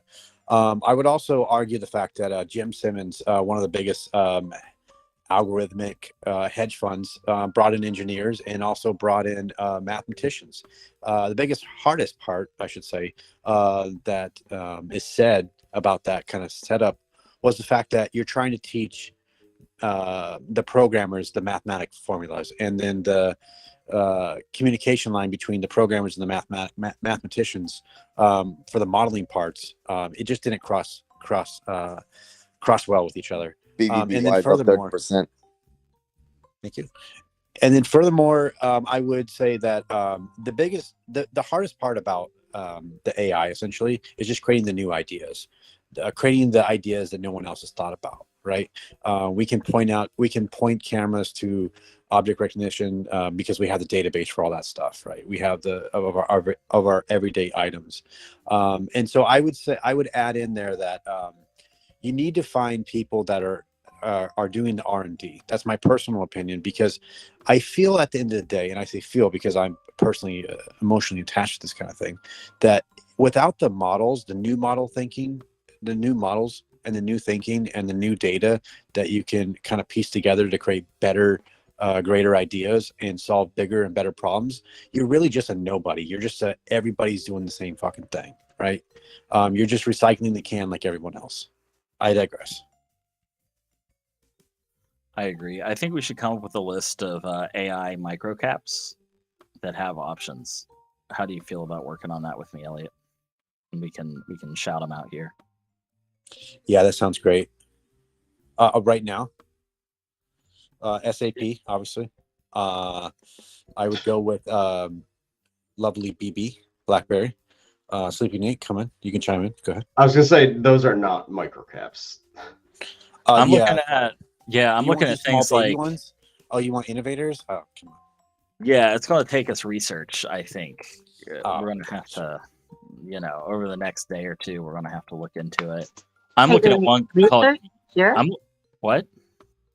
Research? You guys are doing research? I'm looking at one called UiPath. They're trying to use AI and robotics, so that way it's a little more fluid.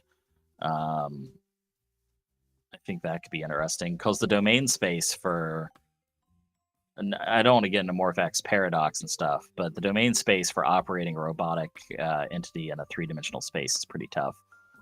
So, you know who we should ask about this? We should also ask Hardy. I bet Hardy would know some AI companies offhand. There are Yeah, very few robotics platforms that are not utilizing AI at this point.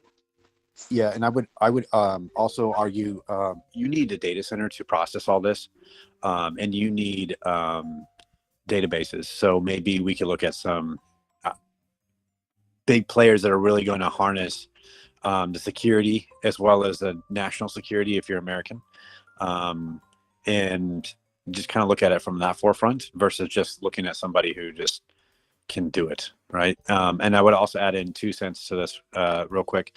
You touched on a big thing that I don't think a lot of people understand, is that we are going to have more of the ability to create 3D spaces. And that's going to actually play a big part in AI, because imagine just being able to walk through a room and then you automatically can recognize anything and everything in your house because you self-trained your space, right? But yeah. Well, I think we got to talk about Meta, because Meta has gone strong into AI, and they have their investment in data centers. Like, they are going to have a pretty potent AI cloud computing hardware piece. So, I mean, in my opinion, the future of Meta looks pretty bright. I know I was short on them last year, and I was bearish on them last year.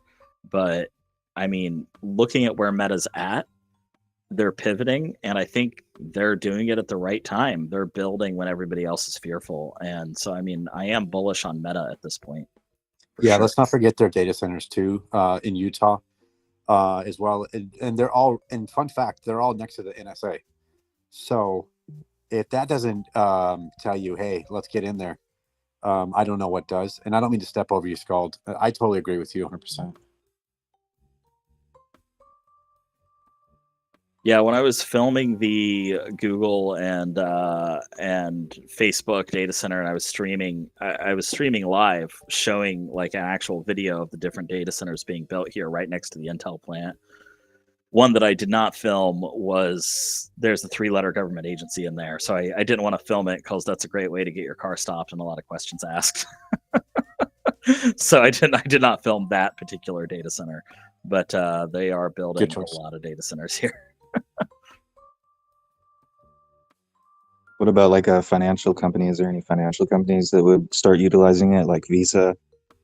Visa is like, looks like it's making maybe a double top for the week, and then long term, I'm bullish on it.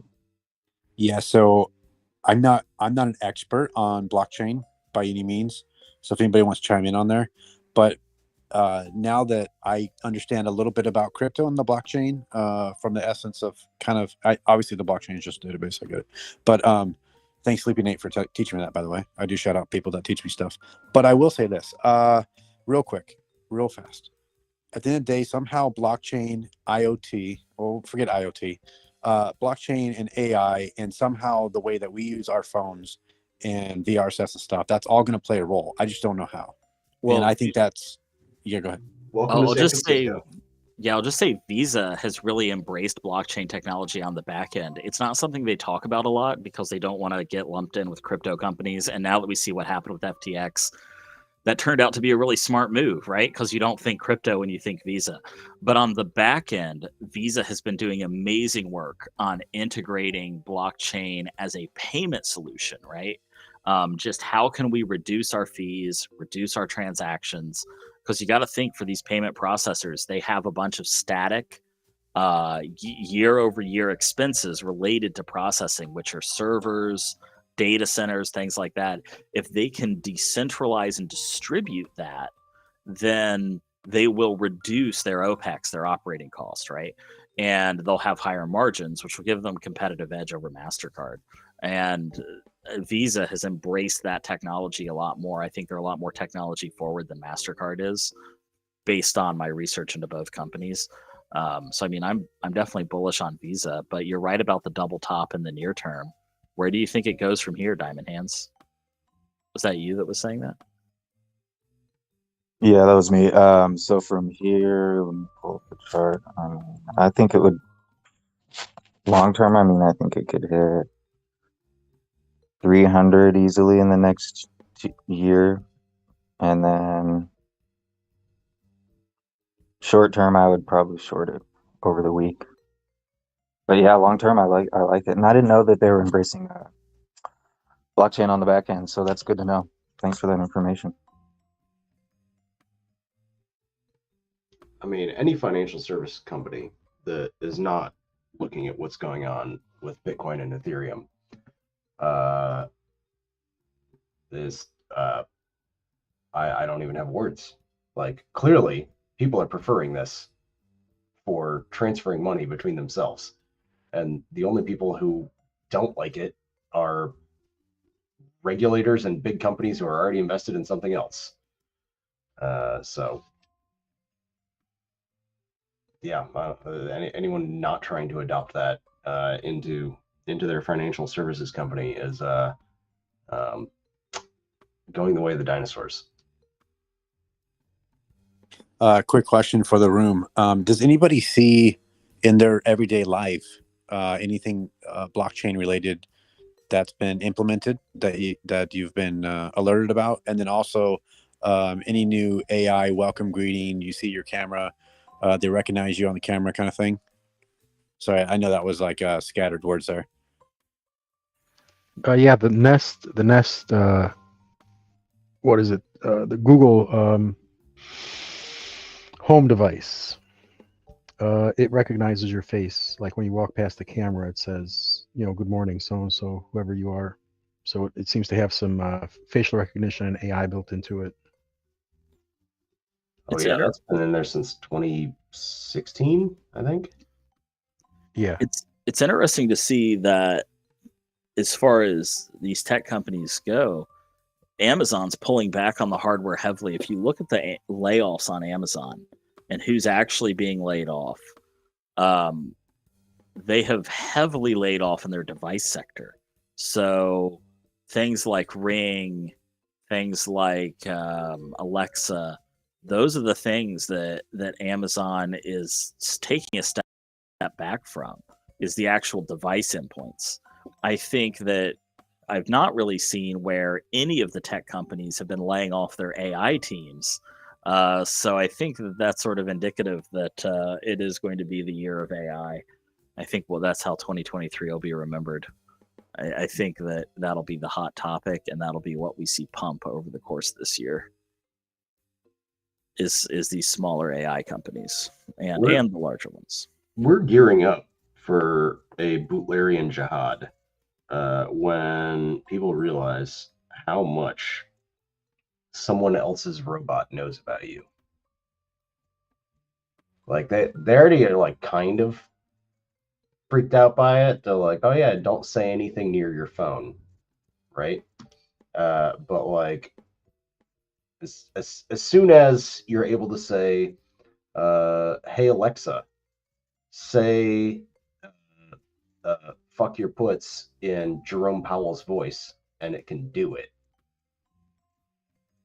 you're going to be the world changes quickly when normal ass people realize that is entirely possible. So what you're saying is either the plot of Detroit become human, or their second renaissance from the Animatrix. I literally said Butlerian jihad. I'm talking about Dune. Yep, I got Come it. on, people. Yes, I know what But you I do. I do want to call out that cannons on me. Yeah, I do want to call out that yesterday on the morning chat, somebody mentioned Tencent's music division. Tencent is obviously the Chinese technology company. I'd like to call out that Tencent's music division has actually heavily invested, and they've bought 3 different companies that have AI artists. So prepare for your next biggest pop single to be made not by Taylor Swift, but by some sort of machine. Because that's going to happen this year. You're going to see it happen. There's going to be an AI song that is going to at least hit the charts, and people are going to be big mad when that happens, because we think of music as a very human thing, and there's a lot of work being done right now to make AI pop stars and AI rock stars, and that's going to be wild. What about that hard drive that's full of every possible musical like background that was created algorithmically, but the guy copyrighted? Wouldn't that throw a wrench in the AI generated music? Unlikely. You look at Xerox. So Xerox had a patent on the X button. If you look up to the top right of your screen, you're going to notice that there's an X there to close whatever window that you're currently on. And Xerox ended up suing Microsoft and every other tech company, and they ended up being in lawsuits for 30 years because Xerox had patented the X button to close an application in like 1981 or some bullshit, and they ended up being in litigation with all of these tech companies for decades. And at the end of all this, Xerox ended up getting a couple $1 million payout. Definitely did not cover the legal expenses. So, I mean, I don't think one of those speed bumps is going to slow down progress. It certainly didn't when it came to other pieces of technology. There's a reason why they say the only people that make out in lawsuits are the lawyers. Very true. Very true.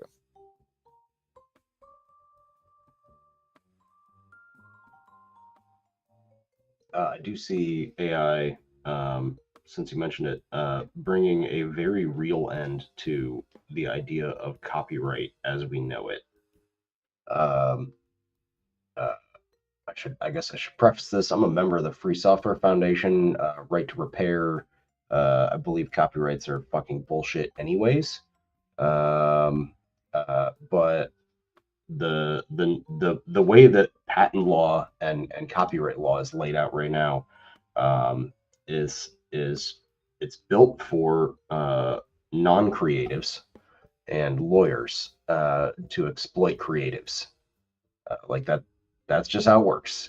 It's meant for publishers, not meant to actually protect anyone who does anything interesting.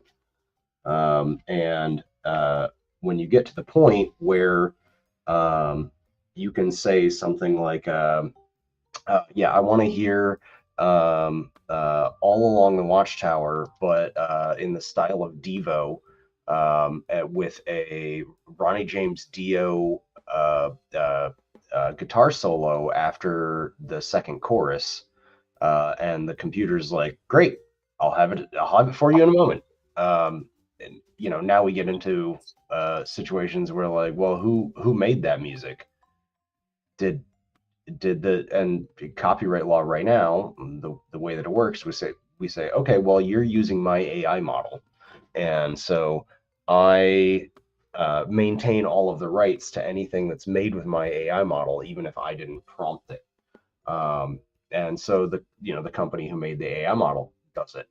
But there are right now, so like one of the things I know people in the speakers use is Stable Diffusion. Stable Diffusion generates images. It's open source or Creative Commons licensed, one of the two. Anyways, it's free to use. And if you want, what you can do is continue training the Stable Diffusion model to be specific to the things that you want it to do. So you can say, hey, Stable Diffusion, here's 10,000 images of my nipples because I really want to train you to be good at generating nipple images. And welcome so back, now, Thumb Device. Carry on, Sleepy. Yeah. When we come back, it gets weirder. Yep. And so now you've got a community created but you altered service that generates images, infinite numbers of images of non-existent virtual nipples. So who owns that? What is like no one can place a thing on like a claim on that.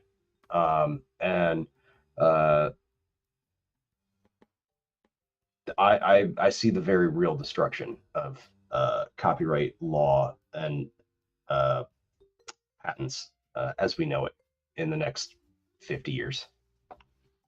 Sleepy, 70 people left since you started talking. I think 100. Dude, it's 10:15 in the morning. Like, You triggered my narcolepsy. I will couldn't concur. I sleep. fell asleep. all right, well, y'all bitches need more coffee because I I was am interested, interested. whether you like it or not. I was interested in hearing about feeding your nipples into an AI to get the perfect nipples, quite honestly. Yeah, so I thought about using. So there's like this V8 image version that has like millions or billions of images. I thought about training an AI on what the perfect pancake looked like, and then making a device called the pancake machine that would then automatically flip a pancake when it had the perfect level of brownness. But then I Sweet. realized, Now you're talking. that pancakes cook at a constant Charlie, you rate. listen to this right now? Yeah, go send that to China right now. Go send that to China. They're gonna Yeah. make that shit. Yeah, And call it but the then- pancake eye.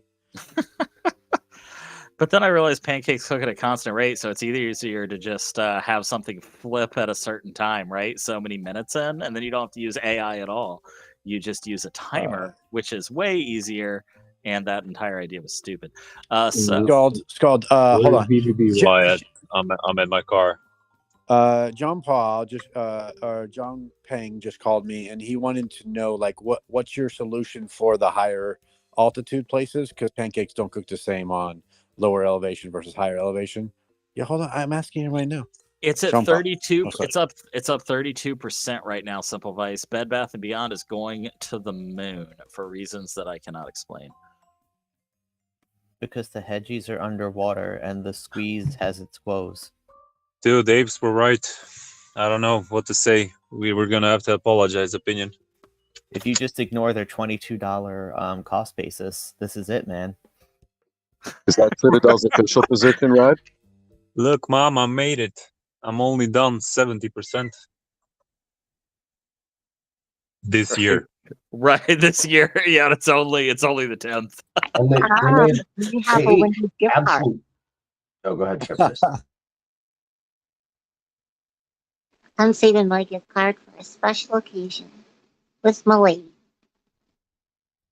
So another stock I'm kind of looking at is John Deere. There you go. Ticker's DE. Get another stock that moves basically sideways to slightly up.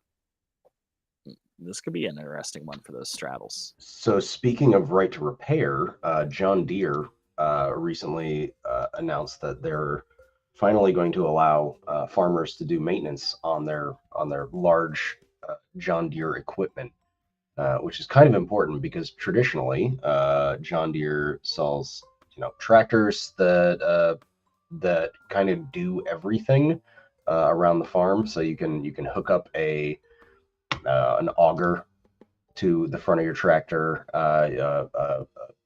tills, like all kinds of stuff. So you can use the engine for that. And then the past few years, they've been doing specialized equipment because it turns out there's only so many farms that you can sell tractors to that do everything.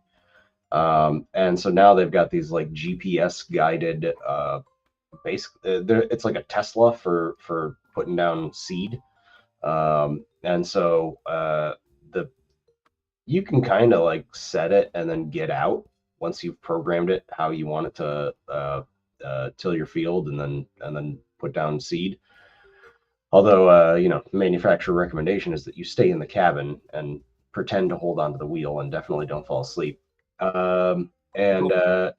Since they've been doing that technology in the tractors, they have basically said, yeah, you can't repair shit. You have to have an official person service this, and farmers are up in arms because the shit costs too much already, and then on top of that, they can't afford to pay for the service on it. And I think it was just last week they said, okay, you can fix your own tractors. We're not gonna violate your service Sleepy. agreement. Yeah, You're at a killing spree today. Jesus Christ, dude. Listen, 50 people. I just want to let everybody know. So that I'd like to go ahead and sum it up. So yeah, they won the right to repair. John Deere's tractors are dope. They do drive themselves. It's not a joke. Question. And lastly, it had a low of like 298. last year, but it's currently trading at $433 a share. Actually, but I just want to let everybody know that yesterday we talked about tractors and all these topics about the automation and selling and tractor supply and all that stuff. But this is version 2. It's actually making more sense about the logic behind it. So regardless of Sleepy Nate disregarding those people, I just want to let you guys know that this is more insightful information rather than arguing how the truck drivers are going to bring over the parts of the tractors if we can't find truck drivers for autos, or I should say, autos to the car dealers. I think the point is Bring that those up, Elliot. Quick question. Does anybody follow 13F filings? Yes, but like Which one, dude? right? I mean, there's thousands a day. I mean, which one? What company are we talking Wait, about? did you think that 13F is like a specific filing for a specific company? No, because my question is when you check out the 13F, like it says the company, but it doesn't say what like if it's options or a stock or.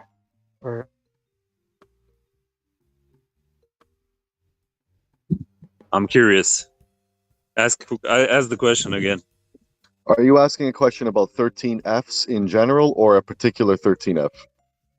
13Fs in general.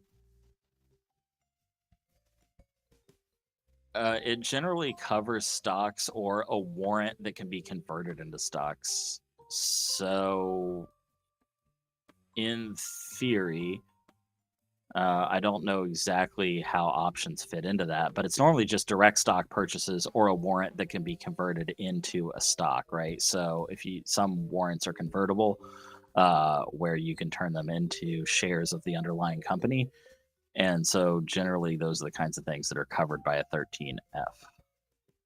Yeah, but for example, if we're looking at Burry's positions, it doesn't say if it's a call or it's a put. It just says the ticker symbol.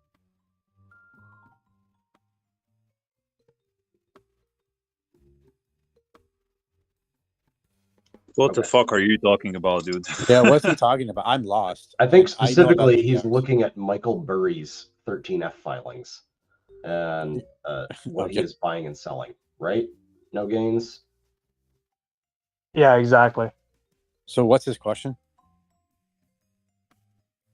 Like for example, if you're gonna see the ticker symbols on what he's buying or selling, usually, like if you look at the what he has right now, you won't know if he bought calls on it or puts in it or it's just a stock. Yeah, It it's just not going to says tell you that anyway. It's just going to say he sold options. And if he wants to disclose that, he can. I'm not even, what are you looking at right now? Can you post a link? Can you give some context? I mean, I could say I'm looking at Sleepy Nate or Scald or Simple Vice's insider trading sheet, but it's not giving me an insight to whether they're selling calls or puts. I mean, that's kind of a speculative question, really. well, yeah, that is my question. Like, trying to get as much insight as I can, but it doesn't tell you if they had calls or puts in it. It just tells you they have a ticker symbol. So like looking at Michael Burry, he holds 202 million shares of Geo Group. He holds 5 million shares of Qualrate Retail, but that's a Series A. That might be pre-IPO. I don't know. Yeah, and then Core Civic Inc. He has 725,000 shares of that, which is 16% of his portfolio. Aerojet Rocketdyne, which I talked about on the chat a few months ago. I actually talked about it when he went into it in Q3 of 2022. He has 133,000 shares. It makes up 14% of his portfolio. He has Spectrum. He's got 10,000 shares of Spectrum. I mean, this is all like publicly visible. I'm not like if you're asking for his specific options plays, I don't think you're going to be able to find that. Yeah, no gains. If you don't understand 13Fs, I recommend you use a website called fintel.io. You can look up a nice web formatted version of basically anybody's 13FH, 13FHR. That's what it's called. and get like a nice summary of it in a non-governmental format. And can I just 10 more add, people left. Eat my Hey, shit. Nate. Voice. Well, that's just what wanna I'm looking say- at right now. Can I say this? No gains.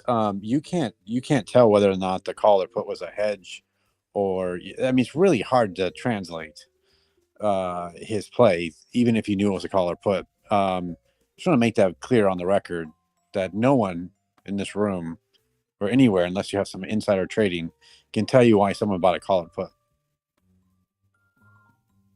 Oh, I'm not asking the reason if they bought a call or a put.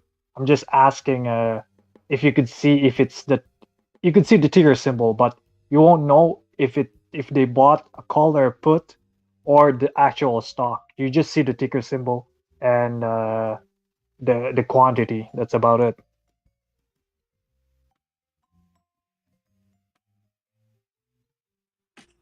Yeah, I don't. Yeah, okay. I think they did a good job answering your question.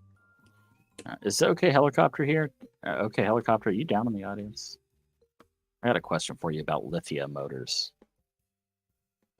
If you're here, I'd love to pick your brain on it. If anyone's a chart expert, CMT holder, appreciate your insight on Verizon right now. Just curious if I should hold on to it or what the technicals say for it. I'm looking to get in a position here. I was in the 40 puts, sold it, and thinking some more downside, but just looking for some chart expert on the Verizon.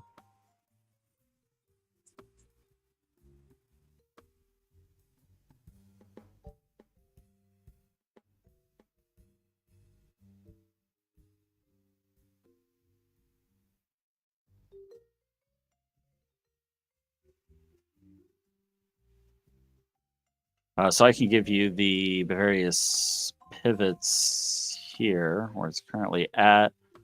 Let's see, key turning points. There's the 14 and 3-day raw stochastic at 80% at 41.38. There is the 41.50 high. There's the 41.17 low recently. There is a support point at 41.23. 41.23 is the first support. So it's pretty narrowly banded by support and resistances right now. 41.23 being the first support, and a 41.38 being the first resistance. After it breaks through these, though, your next major support would be down there at 40.87. And then your next possible resistance would be 41.59. So it's pretty narrowly banded, but it moves out pretty quickly from there. What's your current position on it? I'm looking to get back into 40 puts.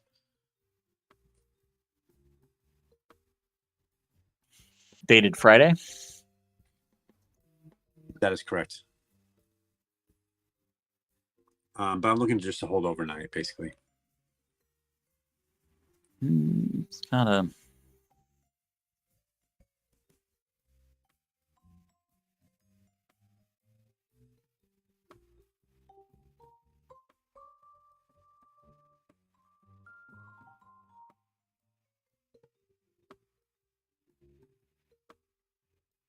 Just want to know if there's room for more down, or how we're looking at that.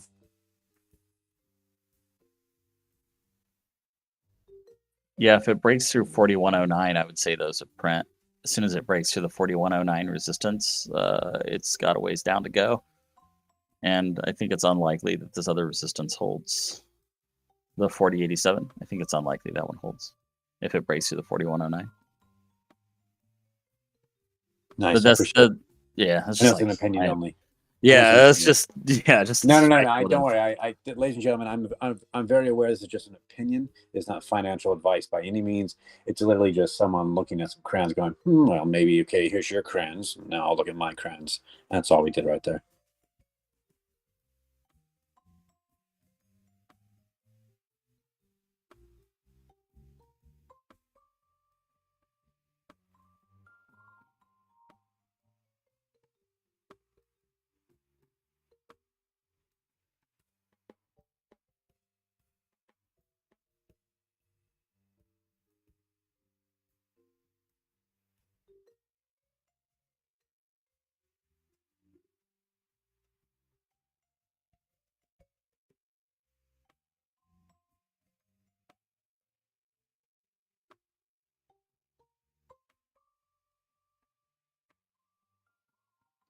Hello, can you hear me?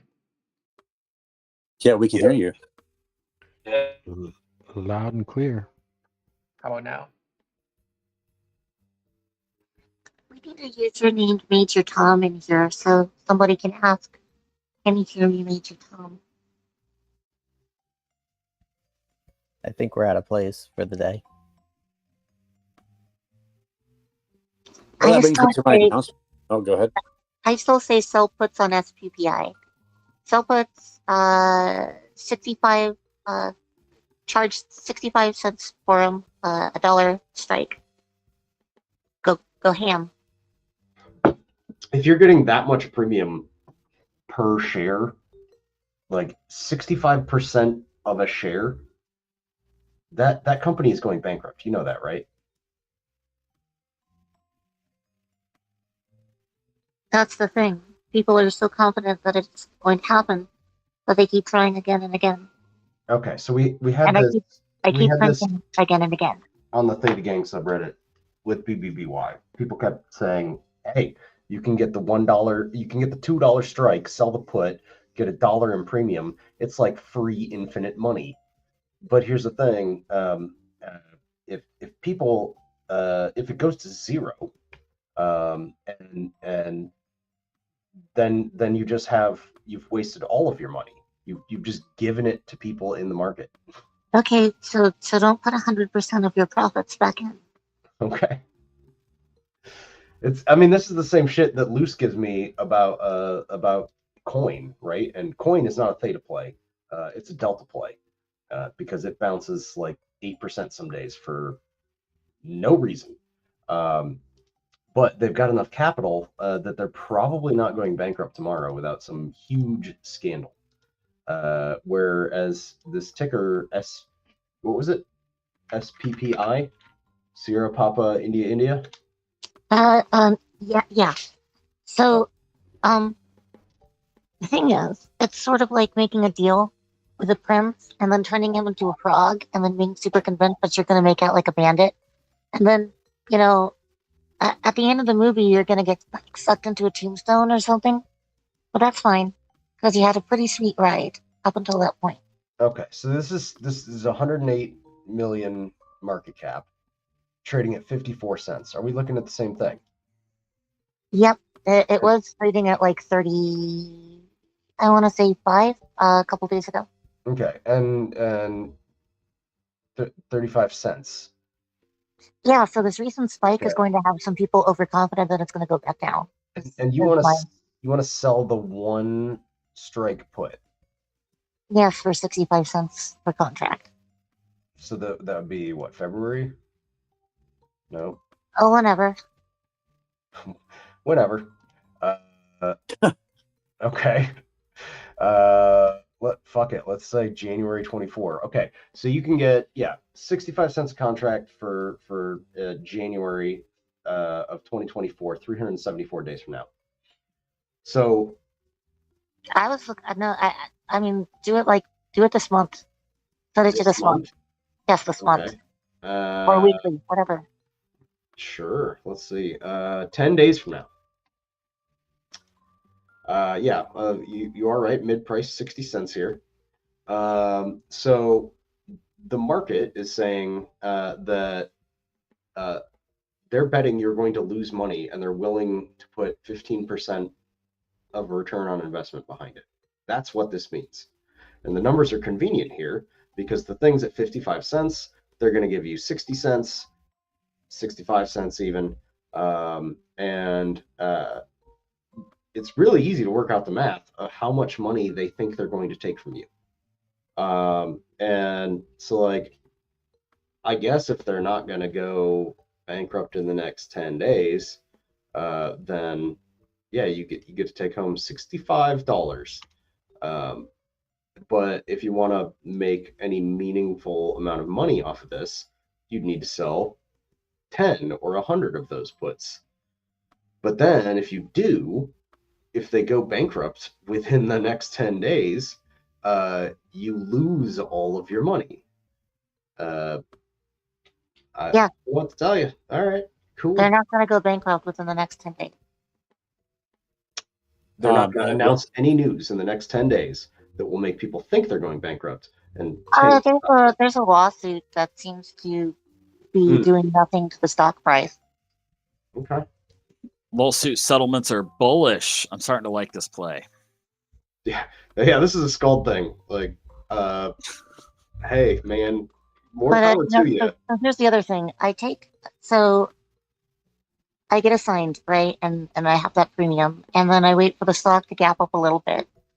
Like that Monday or Tuesday or whatever. To over $1. Money. But okay, now I like the play less. That is very, very unlikely. I just keep it doesn't go all the way up to $1. What I'm saying is so I have to wind up Sorry, I thought we were talking about buy rights on this. it gets exercised and then I have the premium and I have the stock. Yeah. And then I sell the stock. So here, one of the reasons that it's so the premium price here is so inflated is because the put call ratio is 0.1. So there's huge skew the put side. No one, you can't buy right this. There is no strike price or expiration that gives more than there just isn't. Yeah, so that's the thing. Again, people are really convinced that it's going to go under any day now, right? Because they're looking at the stock price or whatever their bias is. Yeah. And so as long as the stock doesn't dip all of a sudden by 10%, I'm taking home extra money per contract. So I'm making money by doing both. How many times before have you gotten rich off of a failing pharmaceutical company? I haven't gotten rich, but I've made some extra money. I made some holiday money by doing this like 4 or 5 times. It's reliable. Shepherdess, I definitely understand what you're saying, but I think the people who are looking at BBBY as possibly going bankrupt are not basing it off. I think there's a lot more to it than just the price. I mean, they're basing it off the no. We're talking about Spectrum Pharmaceuticals. Can I add in real quick, guys? Funny corollary though. Can you guys hear me? Bernie Sanders just wrote a letter to, not that I care about this senator or anybody in particular politics, because I think politics, they're all friends at the end of the day. Senator Bernie Sanders sends a letter to Moderna asking it to halt price increases on COVID vaccine. Just wanted to send that over to you guys. All right. Bruh, why are we paying for these at all? Didn't the government pay to develop these? Come on. Not the boosters. I don't think they actually paid for the Moderna one. Wasn't that out of Europe? No, you're thinking of Johnson & Johnson. No, Johnson & Johnson was here, right? Janssen & Janssen is a U.S.-based company? I have no idea. Oh my god. I actually snorted from that. Charlotte. Okay. Anyway, the play is to exploit people's overconfidence. That's what it is. Congratulations to the big ballers that held their BBBY puts through the morning pump. It's now starting to crater. It's down from it was up 32%. It's now down only 18% and dropping. Wait, are we talking about BBBY or Spectrum Pharmaceuticals? We're talking about BBB. There's just so many corollaries between the two. It's getting confusing. What? I just want to let you guys know that there's a comment in the comment section saying that this, what Shepard is mentioning, I guess that guy lost. It was a hedge fund manager, and he lost a lot of money for his clients just recently. So let's just take that into consideration. So there's meat on the bone. There's a play to be made there. If he lost the money, we can get it, right? Sure. Yes, that's how it works. Zero-sum game. It's already gone.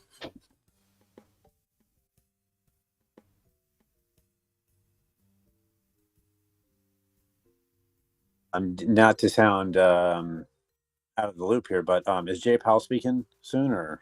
what's going on there? He spoke this morning. The market pumped. Give me a second. From 386.29 up to 387.49, and then it opened and no one cared because he's in Sweden. Got it. Thank you. This brings me to a moment to mention that we have a Discord, WallStreetBets Discord. Come over sometime, play the casino. That's right. You play the casino, free cash.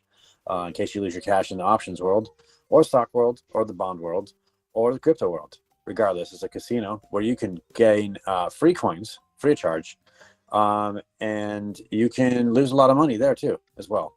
I digress.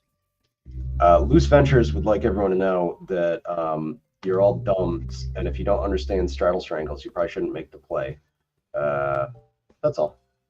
Yeah, I thought that he was talking about straddles. He's talking about straddle strangles. So that's different than what someone said here on the chat earlier. For those of you who are unfamiliar with my voice, so I am actually an AI, and I'm not a real person. I'm just AI generated, and they haven't figured out the synthesis yet. I'm pretty sure I said straddles and strangles, like shorting, because I read it from what he said. Let me see here.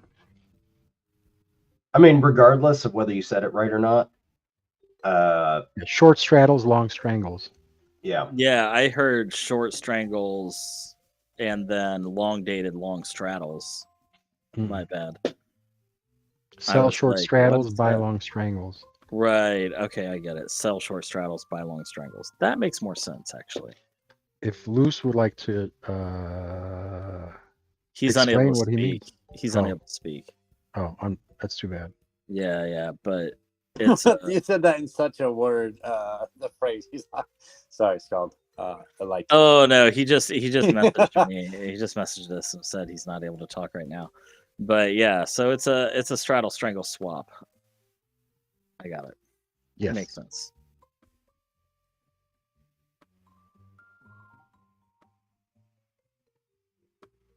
So in unrelated news, I got my Reddit hoodie, and this thing is dope. Opinion, did you get your Reddit hoodie?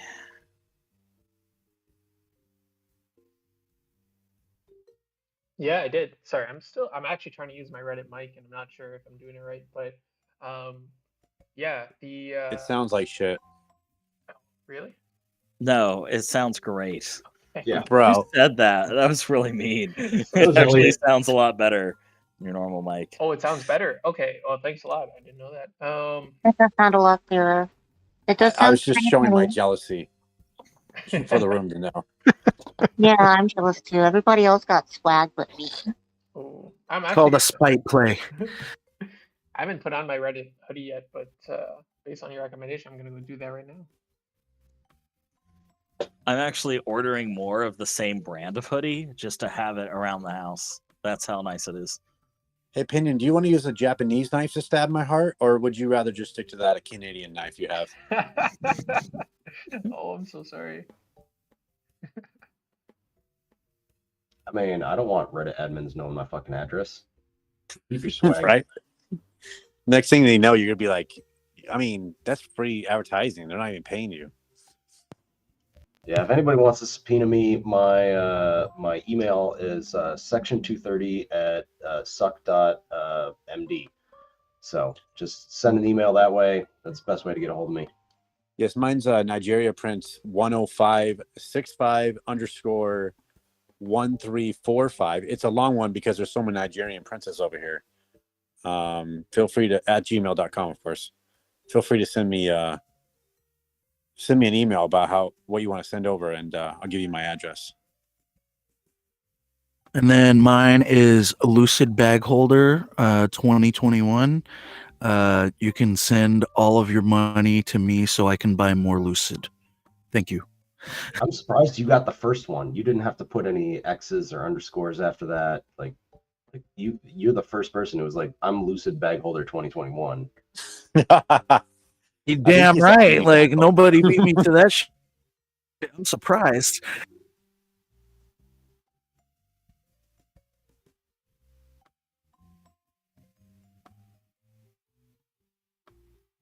Yeah, but to be fair, obviously, mods, well deserved. Thank you for your support and just continuing to grow this platform, Opinion and Scald, and all those out there that I've not mentioned. And each and every one of you members out there that come to the show every day that keep it above 400 at this aftermarket prolonged talk. We appreciate your support. We appreciate you gambling your money, buying and selling options and stocks and bonds and crypto to help us make money, because sometimes we're taking money from you and sometimes you're taking money from us. Either way, I just wanted to just send out that emotional response. Was that good, Charlie? Was that good? Do you think? Oh, am I on the hot mic? Oh shit! Sorry, guys. Positive vibes for the new year. Good. Yes, thank you for buying all of my options. Yeah. And opinion, just for the record, I think you can disregard what journalist was saying earlier. I don't think a community that's grown from I think when I was on WallStreetBets, I had 78,000 members to 14 million. I don't think that's a community that's doing badly, like journalists said. I think that's actually pretty impressive. It's okay. I just finished crying, so I think I'm okay now. Hey, Opinion, I want to let you know, I want to go on the record that before you had 1 million followers, I messaged you. And I said, this is before you have 1 million followers. I followed you. And so, congratulations. Oh, you know what big artists should do? They should mint their follower count. And because just like in regular NFTs, if you follow somebody early, or if you get a low mint, that's more valuable. Oh, why not for celebrities? Not that I'm a celebrity at all, or that I would do this. Actually, I should not have said anything. Whoa, the Opinion. Let's not oversell yourself. Well, you get. I mean, a celebrity for sure, but I don't know if you're a Kathy Griffin celebrity, or if you're, what's an A-list celebrity? I don't even know. The real question is, does Pinion have at least 356 followers, like Journalist proudly does? Because that's a lot of followers. That is a lot of followers. I think Opinion. Do you get at least Opinion has 600 messages a day? I have that's kind of funny you ask, because I'm trying to go through I currently have over 4,000 unread messages from chat that I'm trying to go through. How many marriage proposals though? How many marriage proposals? All right, I think journalist got me beat on that one. But you know what? You only need one. Yeah. Hey, just for clarification reasons, I do have journalists in my PMs. So if anybody wants my password, log in real quick and just chat for him. I just don't want to waste my time on that. He did write me this morning. You went into mine too, and I'm scared. I need a farmer or a Great Pyrenees to keep me safe. Isn't it farmersmarket.com, or what's the singles? Farmersingles.com? No, I know. Farmers only, man. Farmers only. Sorry. All I know is we do that big veteran talk that pissed off Opinion, and ever since, Journalist appears coming in to bother all of us. I think I know exactly what's going on. Little suspicious, Rad. I was never going to say it. I was going to take it to the grave, but since you said it, I agree. Those Canadians really know how to stab you in the back. I think that's the thing that veterans would be more experienced with. Is that about Canadians? Oh. Okay, That's a before good we joke. get this show canceled, Spy is crashing. It's dipping back. It was looking good just an hour ago, but now it's negative 36 basis points. And please, Spy does what it wants. I just want to let you guys know that I do not recommend Pearl Harbor for taking your Japanese dates with. It's not the recommended date, but I did take one there, and we were laying down on missiles and stuff, and then we finally went to the room where you could see the pictures. Very awkward going to dinner, but yeah, just wanted to let you guys know that. Not the first place to take someone, especially if you're a veteran. I think that's one of my favorite stories of you, Elliot, taking a Japanese girl to Pearl Harbor. Yeah. The balls. That shows on I it, didn't pay man. attention in fucking school. The follow-up date at Hiroshima didn't go over very well either. Oh, you guys are funny.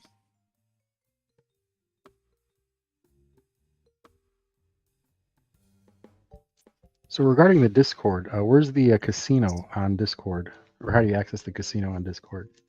Wait, you don't have access? I think everyone should have access. It's one of the forums there. And yeah, so for those that don't know, our Discord has like a casino with like a couple games, and holy moly, like people are like addicted. Sorry, human, go ahead. I'm in there. I mean, I can see like the chat. I can see the It's on the discussions, left-hand activities. side. On the Mhm. left-hand side, if I just may interrupt, sorry. I do apologize. Oh, I see it now. Sorry about that. I do see it now. Thank you. Yeah, and yesterday, if you were in the Discord, you would have got 950,000 coins for free. That's right. We have stimulus drops in there. But you wouldn't know that if you're not in the Discord. So you can gamble for free in the casino. I can't make any guarantees because some of the mods in there, I won't mention any names, are stingy at sometimes, but they've been very graceful lately. If you're just really nice. Well, maybe if you didn't lose all your money. That is true. I've been asking. Yeah, let's just say if you have over 1 million coins, okay. Thanks, Opinion, for calling me out. Oh, this is one of those things I have muted because it's annoying. Okay, got it. Yeah, it's they definitely programmed it to take your money. That's for sure. Oh, just like the stock market. Wonderful.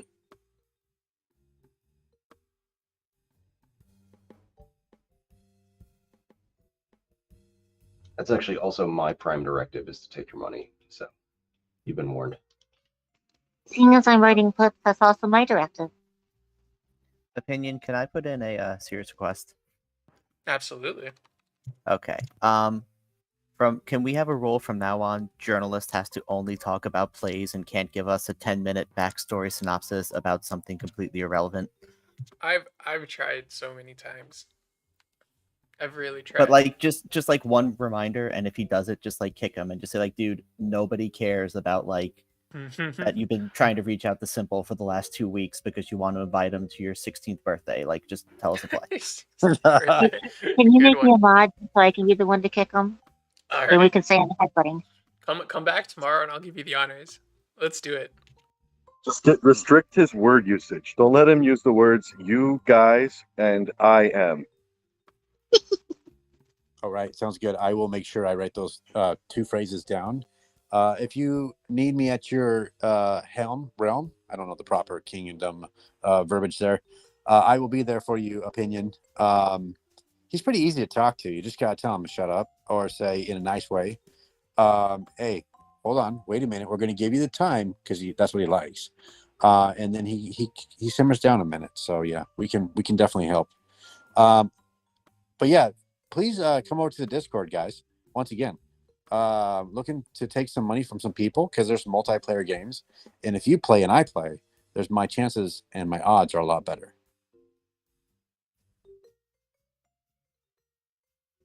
In all honesty, I was really hoping and rooting for Simple Vice to just shut him down and be like, "Shut the fuck up, journalist. Nobody gives a fuck about you and your stupid plays." Nah, Simple lives on the streets. He knows that they don't do that.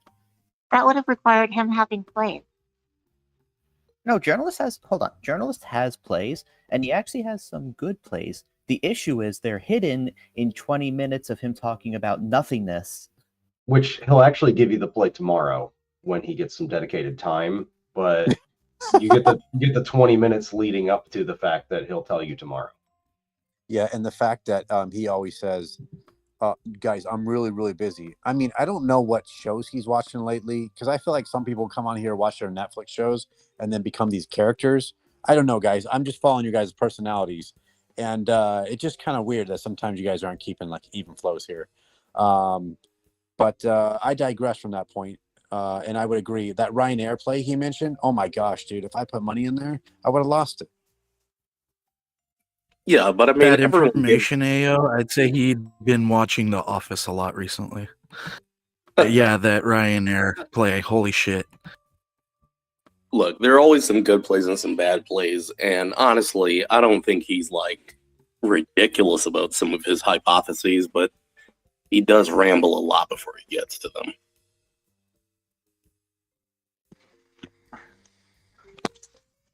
Have you ever met a sales guy? Go ahead. No, go ahead. I was just going to say, you ever met a sales guy? They talk and talk and talk and talk and talk just to make you tired. And then they get to the point and they try to sell you. And you're not interested the whole time, but you just finally buy because you want to get it over with. That's the That's kind of how I sales ended guy. up with a Ford Focus. Yeah. Lawyers will do it too. It's the Chewbacca defense. I just talk to people to be nice, and then that's when they buy stuff from me, and then also give me money for no reason, and also joke. I'm full of joke. So what's everyone else doing while trading? I normally play Skyrim, but lately I've been playing Fallout. Playing Fallout 4 right now, Skull. Dope. Yeah, that's what I'm doing. I'm enjoying the last remnants of Google Stadia. I'm gonna miss it so much. Getting ready for work and playing Halo. I'm on the West Coast, so it's early. I finally started playing Neo 2, and that is hard.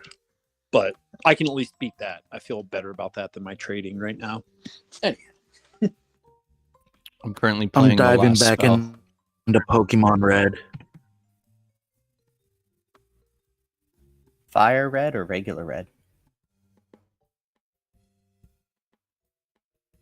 Oh, OG Red. I'm on that regular Game Boy Pokemon.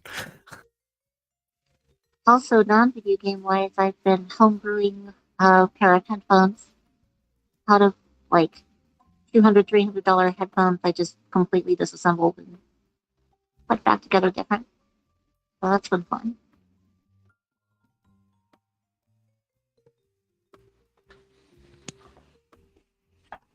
I'm managing. I'm so regarded, I play only with crayons. What? Okay. What the fuck was that? I can't tell. I'm pretty international. I'd say like I talk to a lot of different international people, but I can't tell some people that come in here with real accents or if they're fake. So please correct me when I'm wrong, guys. What did he say about crayons? Whenever I do an Italian accent, my kiddo gets really upset. So my Italian accent must be terrible. Do you also Let's do the hear it. hand? Do you do the hand gesture, Skull, when you speak Well, Italian? she was like, she was asking for pizza, and I was like, pizza, and then like she was like very upset about me. I Skull, think was it maybe like she just wanted scusi, scusi? I was just trying to be like, it's pizza, you know? Yeah, Scald. no, like, I'm not doing it. I'm not doing We it. need to hear it, Scald. That Like, is- what is it is this? not- It It is is not. It not- is not. Politically It is. correct, It Skull. is not happening. It's Just not. go on the I feel like record. this is Listen, everybody. Sounds Listen to terrible. this. You like started the Chris something. Pratt.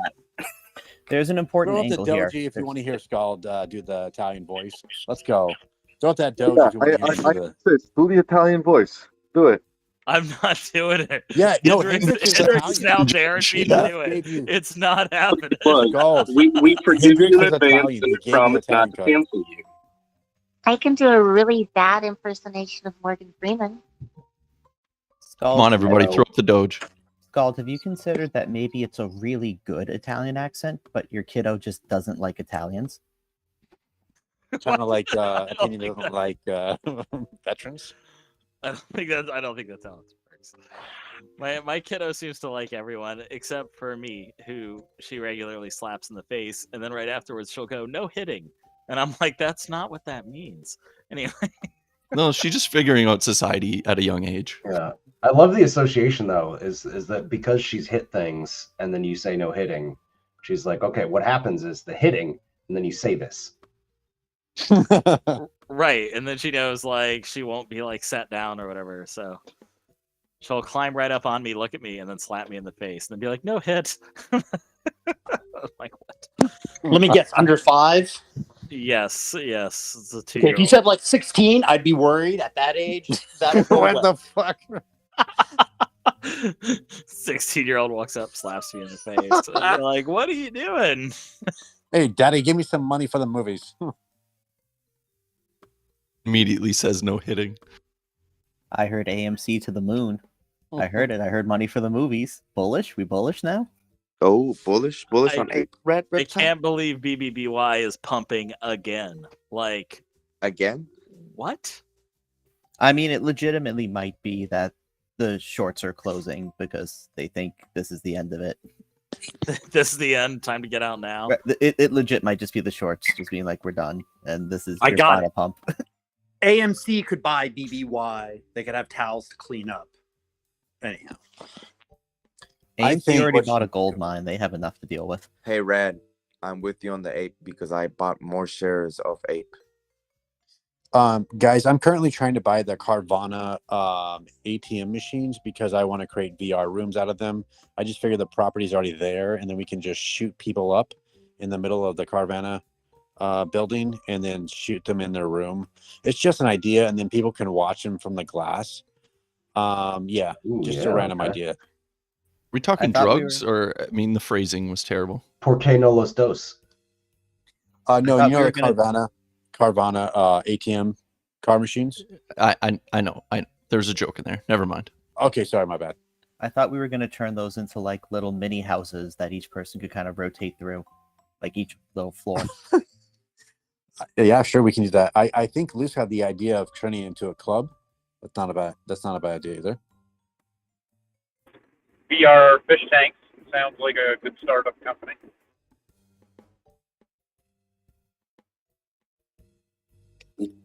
Pay by the hour hostel.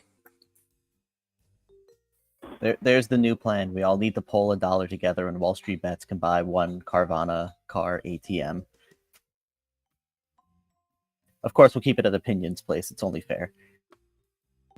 Yeah, and can we put an American flag on there with the veteran statue on top? Oh, it'll definitely say "God loves veterans" in big letters that cannot be removed. It'll be part of the conditions. we could make it into a paintball arena. And then when the people read it from the inside, it'll say, like reverse.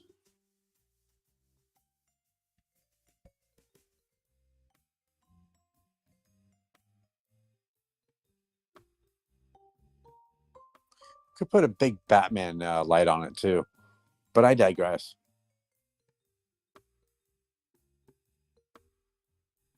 So aside of jokes, I just wanted to ask a question. If you guys can hear me, I don't know. What do you think what do you think the terminal federal funds rate will be? We are talking about 5% or so.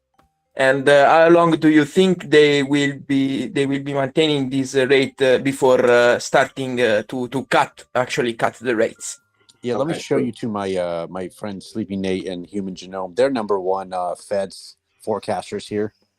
Yeah, the bond market right now seems to be predicting that the rate will be between 5.25% and 5.5% through the end of 2023. I'm saying that without looking at a chart right now, but I'm getting to it. The ticker for that and the assumption is made on ZQ. So ZQ is the 30-day Fed fund rate futures contract. And if you roll that forward to December 2023, so this is people who are betting a year in advance on futures, so they're putting their money down. That's at 95.4, and so if we subtract that from 100, that is something like 4.5%. So they're predicting that it'll be 4.5% in December of 2023. Oh, thank you very much. That was informative. So there is a future based on betting on the federal funds rate. I wasn't even aware of that. Thank you very much. Yeah, so the ticker for that is /ZQ. And those are monthly contracts that are delimited by a letter of the alphabet and then the year. So the current contract is /ZQF23. And the one for December that I mentioned would be /ZQZ23. You live, you learn. Oh, okay. But yeah, so you can look at that. There's a couple other ones. The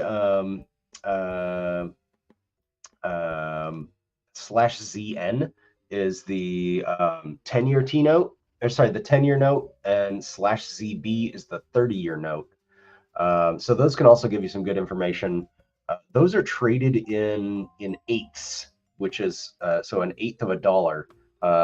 And you'll see they have a weird delimiter. It's like 128 and then an apostrophe 11. That means an 11/8. Because previously, a long time ago, or actually, is it a 16th? I forget. They didn't use decimals. They just said $1.50, $1.25, $1.125, that kind of thing. And they still delimit the bonds that way for some reason, except for ZQ, because fuck people trying to do math on the market, right? It's actually Spanish, funny enough. Is it? Yeah, it originally came from Spanish stock exchanges, which is why it's so. I never knew that. Okay. Yeah. I never knew that either. Thank you. Yeah. Muchas gracias. Muchas gracias, senor. So yeah, so sometimes you'll see, and stocks used to be traded in eighths as well, like a long time ago, but they don't do that anymore. I mean, I've seen like documents from the 60s that are still delimited in eighths and sixteenths. Yeah, that's what I meant by a long time ago.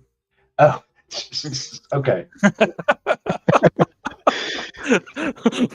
40 years ago, but yeah, okay.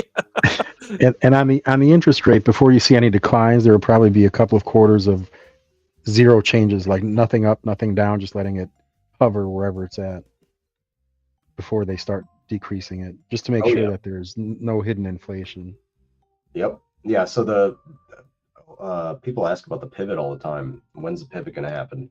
The pivot will happen when they can keep the interest rate above the rate of inflation for probably 2 quarters.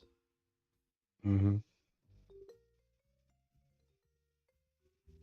And so, yeah, the market is telling us right now that that's not in 2023 at all.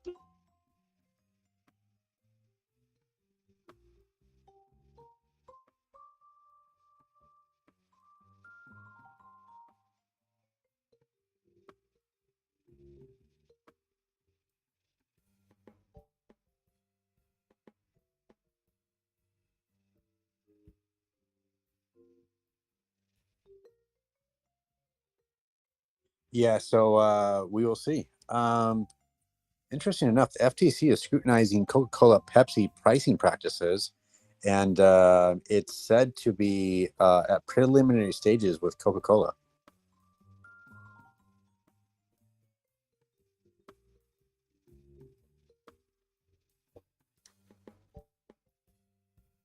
Is that because they said they passed on all the price increases to consumers, or are they colluding with Pepsi on price fixing?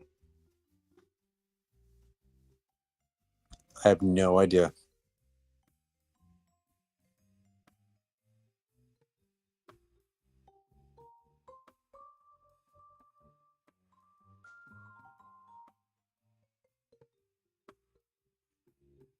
Oh, I'm sorry, my mic's open. Huh? We didn't hear anything. Oh, I thought there'd be just like a bunch of key clicks. I'm just over here typing. Yeah. Coinbase is up another 4% today, but I want it to go down. I want to get into some more shares below 30.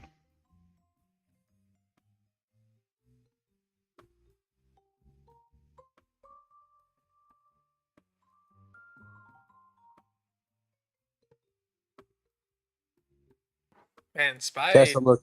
Oh, Go sorry. ahead. Go ahead. I was just gonna say, wow, Tesla can't, Spy can't find a direction. You were talking about Tesla? Yeah, I was just saying it keeps bouncing off the $4 mark, or testing negative $4, and then coming back. It's looking like it's testing this 116.49 mark, and then going all the way down to 15. The lowest it went was 15.08, and then it went back up to 15.49, and now it's just bouncing back and forth between 116. Quite interesting. I had considered yesterday, opening I think it was 112, 118 strangle, but better judgment got the best of me. Rumble is pumping around 8% today.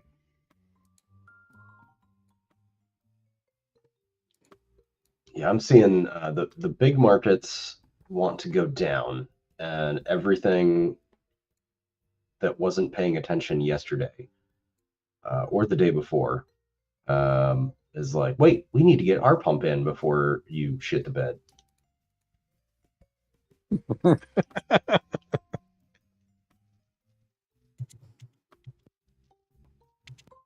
I'm sure someone clipped that and is going to use it in a meme.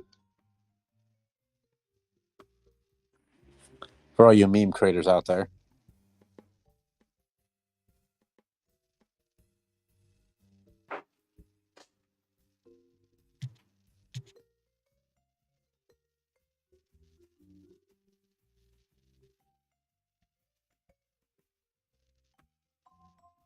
So no surprise, this JPow speech really is not doing much to the market.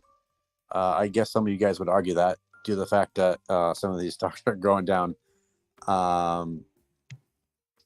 Well, just first of all, he spoke in pre-market, and it definitely moved. If you look at the candles right at 9 o'clock, it pumped up and then it dumped back down and then it went back up. So like it moved the market a solid 1.5 in pre-market when most people can't even trade. But by the time we opened, the damage was done, and so we got what 5 minutes of upside, and then they just resumed normal activity. Well, I think what may have happened is people thought that he was going to say something about interest rates. I don't think people paid attention to the fact that he's talking about central bank. What is it? Autonomy. Currencies. Yeah. Yeah. And he's not really talking about interest rates or anything that would affect our market so much. And then they realized that, hey, he's not talking about interest rates, and then it's like, fuck it. Or even in our own country. Right. It's about European central banks. It's not even about U.S. Uh-huh. So like, yeah, and there's oddly no financial news tomorrow, so I'm expecting a whole lot of kangaroo market until Thursday when CPI numbers come out. And then, like, I'm not predicting, but I will welcome that being a major market capitulation event.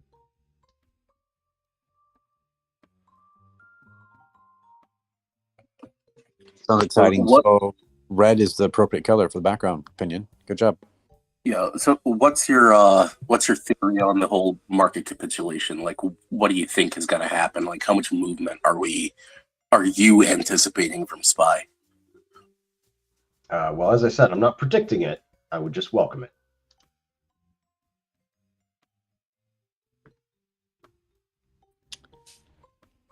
Yeah. Let me put it this way. I think between now and February monthlies, we will see 338 SPY. And that's based on reading tea leaves, figuring out the alignment of the stars, maybe putting some mercury in my Gatorade. You never know. No, I think that's fair. Straight out of your own ass, even? Just grabbed it? What the fuck? Say that number again. Did you say 338? I did say 338. Sleepy, that's bold. Well, you know what? Honestly, though, I think I think he's got a point. Like, I really think that a lot of people are just maybe not for February. That I'll disagree with. But 338 as a target price is not as outlandish as I think people are pretending it is. So let me give a counter case, which is why I haven't bet big on it. Retail, that's us, have gone apeshit in buying puts. because apparently it takes a whole ass year for everyone to realize that their 401k is worth 25% less than it was at the beginning of the year. So a lot of folks came in and decided they were going to be bears and that they were going to get rich. So the put call ratio on damn near everything is super, super high. In fact, I think it was last week, the amount of premium paid by small traders for puts equaled the amount of premium paid for calls. This is highly unusual. Mostly small traders buy calls on things. And so now they're buying at least as many puts as they are calls, or at least that's how much they're spending. There's a problem with this in that Wall Street doesn't want to pay out retail. They want to keep the money for themselves. And they have big enough piles of money to swing around to make sure that the price stays where it needs to, such that they don't have to pay those out, right? So as long as the put call ratio remains lopsided for small traders, because we're using it to get exponential gains on a small price. They're using it to hedge a large position and make sure that they can still make money day to day. If we buy a fuck ton of puts, the market will manipulate the price. And when I say manipulate, this is not like fucking people gathered in dark rooms by candlelight chanting, right? There's not weird collusion. It's just people protecting their damn positions. They're going to keep the price high until most of those options that would cause the biggest payout either expire or are well out of range, and then they don't have to fulfill them. So the counter case to simply drawing out the regressions and figuring out the Fibonacci series that we've fulfilled 3 times in a row, there's another gimme or gotcha, is we've already done this pattern 3 times last year. Are we really going to fulfill it again? Maybe. So if we follow the same pattern, sure, 338 by February. However, now that the put call ratio is gone crazy, I imagine that the market is going to hold high a little longer to basically weed out all of those, what I believe the phrase is, that's right, paper-handed bitches, before actually dropping to where it needs to go.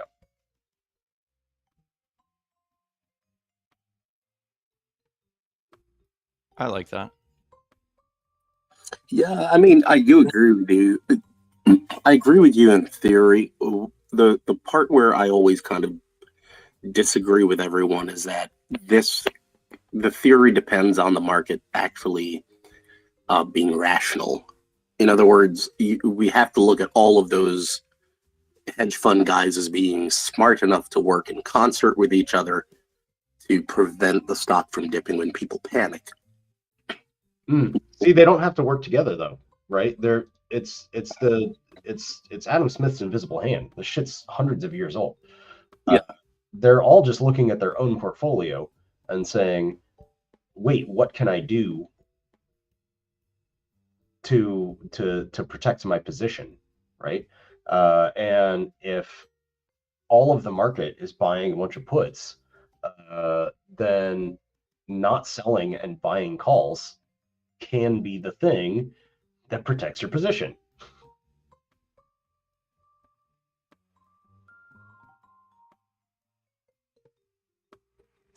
Yeah, Makes sense. Yeah, that makes sense to me too. I'm gonna put a link in the chat for one of the things that I use. It's Yale's. Yale does a bunch of stock market confidence indices. That is essentially what they do is that they just ask a bunch of these hedge fund manager guys like how they feel about the stock market, and they keep it going monthly. They've been doing it for like several years. But it's one of the things that I use when I'm trying to figure out which way the market is going. And lately, what I've seen is that, you know, the confidence in the market is actually going back up, probably post November, as people have come into like this fourth quarter. Like people, it seems to be that the large traders, the whale traders, are starting to think that the market might be back on an upswing, and that's one of the reasons why I just, you know, I question how they're going to treat this new information, whether it's just overconfidence on their behalf or whether it's, you know, they actually are just going to act the way you're predicting in their own self-interest. Yeah, there's one of those confidence studies that has been, they polled people every week since like 1980.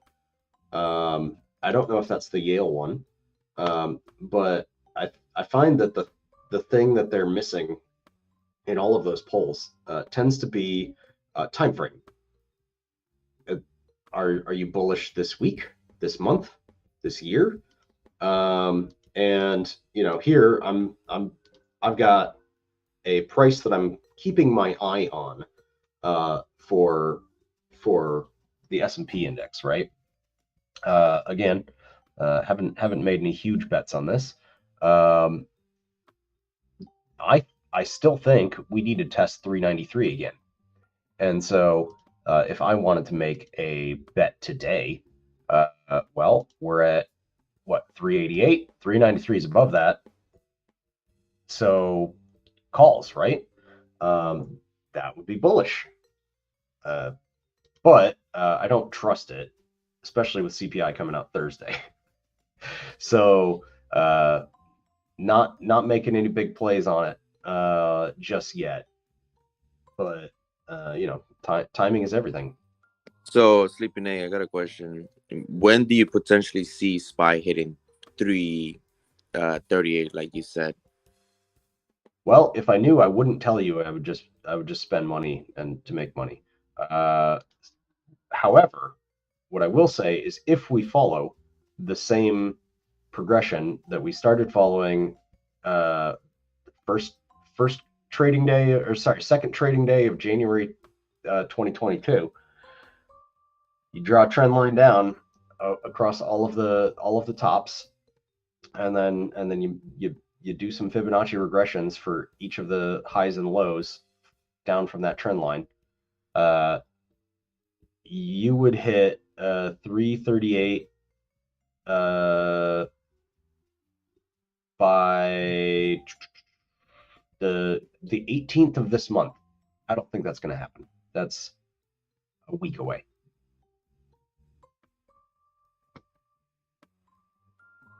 But we're also not perfectly following this pattern. As we've already evidenced, we've had 2 weeks of sideways kangaroo action, right? 15 bars, 15 trading sessions. And part of that's, you know, people were on vacation. It was winter break, right? And that pattern didn't play out in late August, early September. Didn't really play out late April going into early May. Instead, okay, maybe a little bit the second week of April, which is what would line up with where we're at right now. So you could say, okay, well, we're following the pattern, but we drew it out because of people taking a vacation time or whatever. At which point you say, okay, well, maybe that puts us into early February. But just based on the timings, the average would put us at 338 before February 22nd, Wednesday, February 22nd. However, again, the market never three-peats, even though it just did. You picking up what I'm putting down? Yeah, I hear you. Like, shit's unpredictable, and I can draw all of the technical analysis lines as to where it is likely to go, but yeah, I'm not laying down big money on that.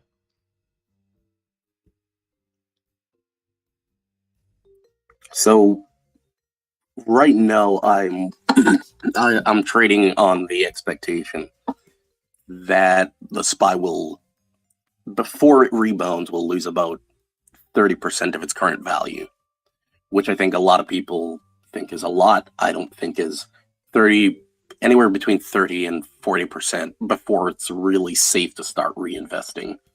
If you're reinvesting in the SPY as a whole, not in terms of individual companies.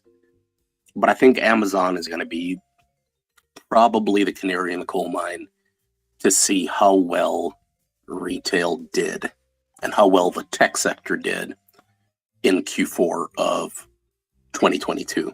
So like February 2nd is where I'm like, get your positions in now, but make sure they're beyond, they're into February. Don't try to like establish, or at least I'm not going to try to establish any positions that expire before February, because I think that's the company I'm going to be looking at. Amazon has like those really narrow margins. They have been laying people off, which is a clear sign that they need to take on, they need other measures of cost savings other than, to basically fix the problem with their earnings. So the fact that they're laying off people when the Amazon employees I know are saying that they're understaffed means that I think Amazon is in real trouble. And we could possibly be seeing like a really shitty Q4 result, but them having some positive guidance going forward because of their cost-saving measures. Here's the thing. Amazon has previously, and is probably by a lot of people still considered to be a tech company, even though a lot of us know supply chain, blah, blah, blah. And obviously a big part of their money comes from AWS, which is integral to running the whole supply chain side, where they, bring you shit you're too lazy to go to the store and get.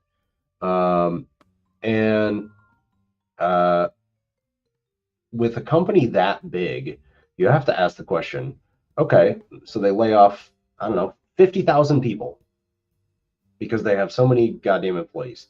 But who are they laying off? Are they laying off people in warehouses that are understaffed? Or are they laying off HR people because we don't need you to fire any more people for us? Thanks. Last out the door. Bye. And that's just one of those, like,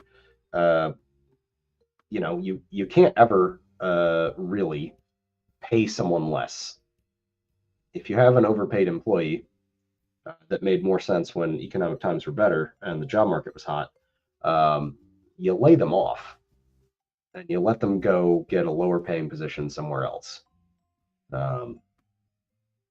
Yeah, that's legit. In fact, I've seen a lot of reports that especially people who are in like HR have been feeling the squeeze as companies start their layoffs, because really, if you're not onboarding people, why are we paying you?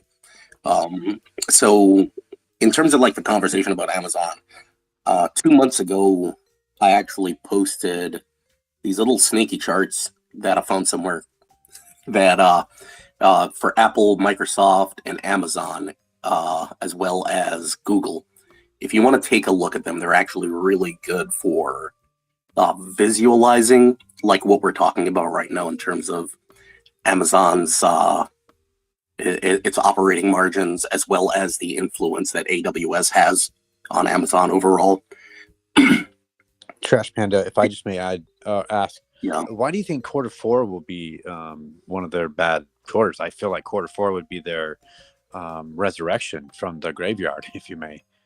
So that's exactly why I think it's such a dangerous quarter for them, because it's a quarter that retail relies upon to be their resurrection, to put them back in the black when they've spent a year in the red. So they need better than good news. Do you understand what I'm saying? Like, Even No, though I they don't, can, because if you're coming in from a slow nation, if you want to call it that, sort of the recession, right?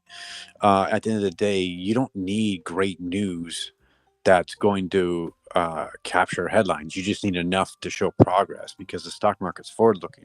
It's not current looking. So I don't understand. so AWS is pretty much the only thing that's keeping Amazon profitable right now, right? And AWS is not going to be significantly bolstered by Christmas sales. True? I won't disagree with where you're going with this, but I will add in a caveat that they've beaten, Black Friday sales year over year over year. So let's not try to downgrade that either. That's one of the reasons why Baba is currently trading at a higher valuation now too. True. But now, are they going to beat sales when you adjust for inflation? Are they Yes, beating their... because the prices are. I've said this over and over. Like Hershey's is a great, or Hershey, excuse me, Nestle is a great example, where they've had COVID price in their products, passed on the cost to consumer, and during every earnings call, you've heard these great CEOs say, "Hey, we passed on the cost to consumer." They didn't stop buying from us. We just had the opportunity to do a little R&D to figure out what SKUs weren't working and what was working. And then what was working, we passed on that cost to consumer. And we're sitting up kosher. We're sitting up nice. And guess what? Every director still gets a bonus. And that's going to happen next year too. So I just don't see the point at the end of the day trying to sell the bad news. Yeah, I mean, I agree with you. I mean, I think it's valid. I think what you're saying is completely valid. All right? So I'm not trying to discount your thesis. My whole thesis is that throughout the course of this year, we've actually had several companies throughout the course of the year report actually decent earnings. They've beat expectations. And then when you go into the market the next morning, they're down. And it's not because, and again, it's really not a question of, are you doing well? It's, are you doing well enough to justify your price point? And I think a lot of them are doing well enough to justify their valuation, but their valuation isn't their price. They're still trading way above their value because people are anticipating that these companies will do so well in the future that eventually the value will catch up to the price. And that's not true anymore. They're looking at them and going, you're doing okay, right? And your value is going to increase, but it'll never increase enough to justify the price I paid for your stock. You're right. You're right on that 100%. And I think that's been the speculation on the street. Is like, look, at the end of the day, products are priced in. We've had this R&D, but then there's the flip of the coin where you would say we call it a bear argument, which is essentially this, right? What you've said elegantly is that at the end of the day, their valuation doesn't match with their performance. Is really what you said in hindsight, correct? But I would argue the fact that we're not gonna see the results of that until it actually does come out. That's what I'm trying to get at. We're not forecasters here. Nobody is. All right. The West Coast is waking up, so I got to bail. But I wanna leave you with some fucking salacious shit since everyone's asking about where SPY is going. On March monthly closes in 2020. Great time of the year. The M1 money supply was $4 trillion. And in March of 2022, it was $20 trillion, more than $20 trillion. And since then, we've decided, hey, maybe we should cut back a little. You can go look at the curve between those 2-year points and see what's going on. We need to dump a lot of that extra money to fix the whole recession thing. So I'm looking at some real obvious points of resistance and support from several years ago, like going back to March 2018, and 250 is a number to keep an eye on. And do with that information what you will. what's the real value of the S&P 500? Appreciate Anyways, it. catch y'all later. Take care, Sleepy Nate. Thanks for your insight. Trash Panda, I do have some homework for you, if you don't mind. Yeah, go for it.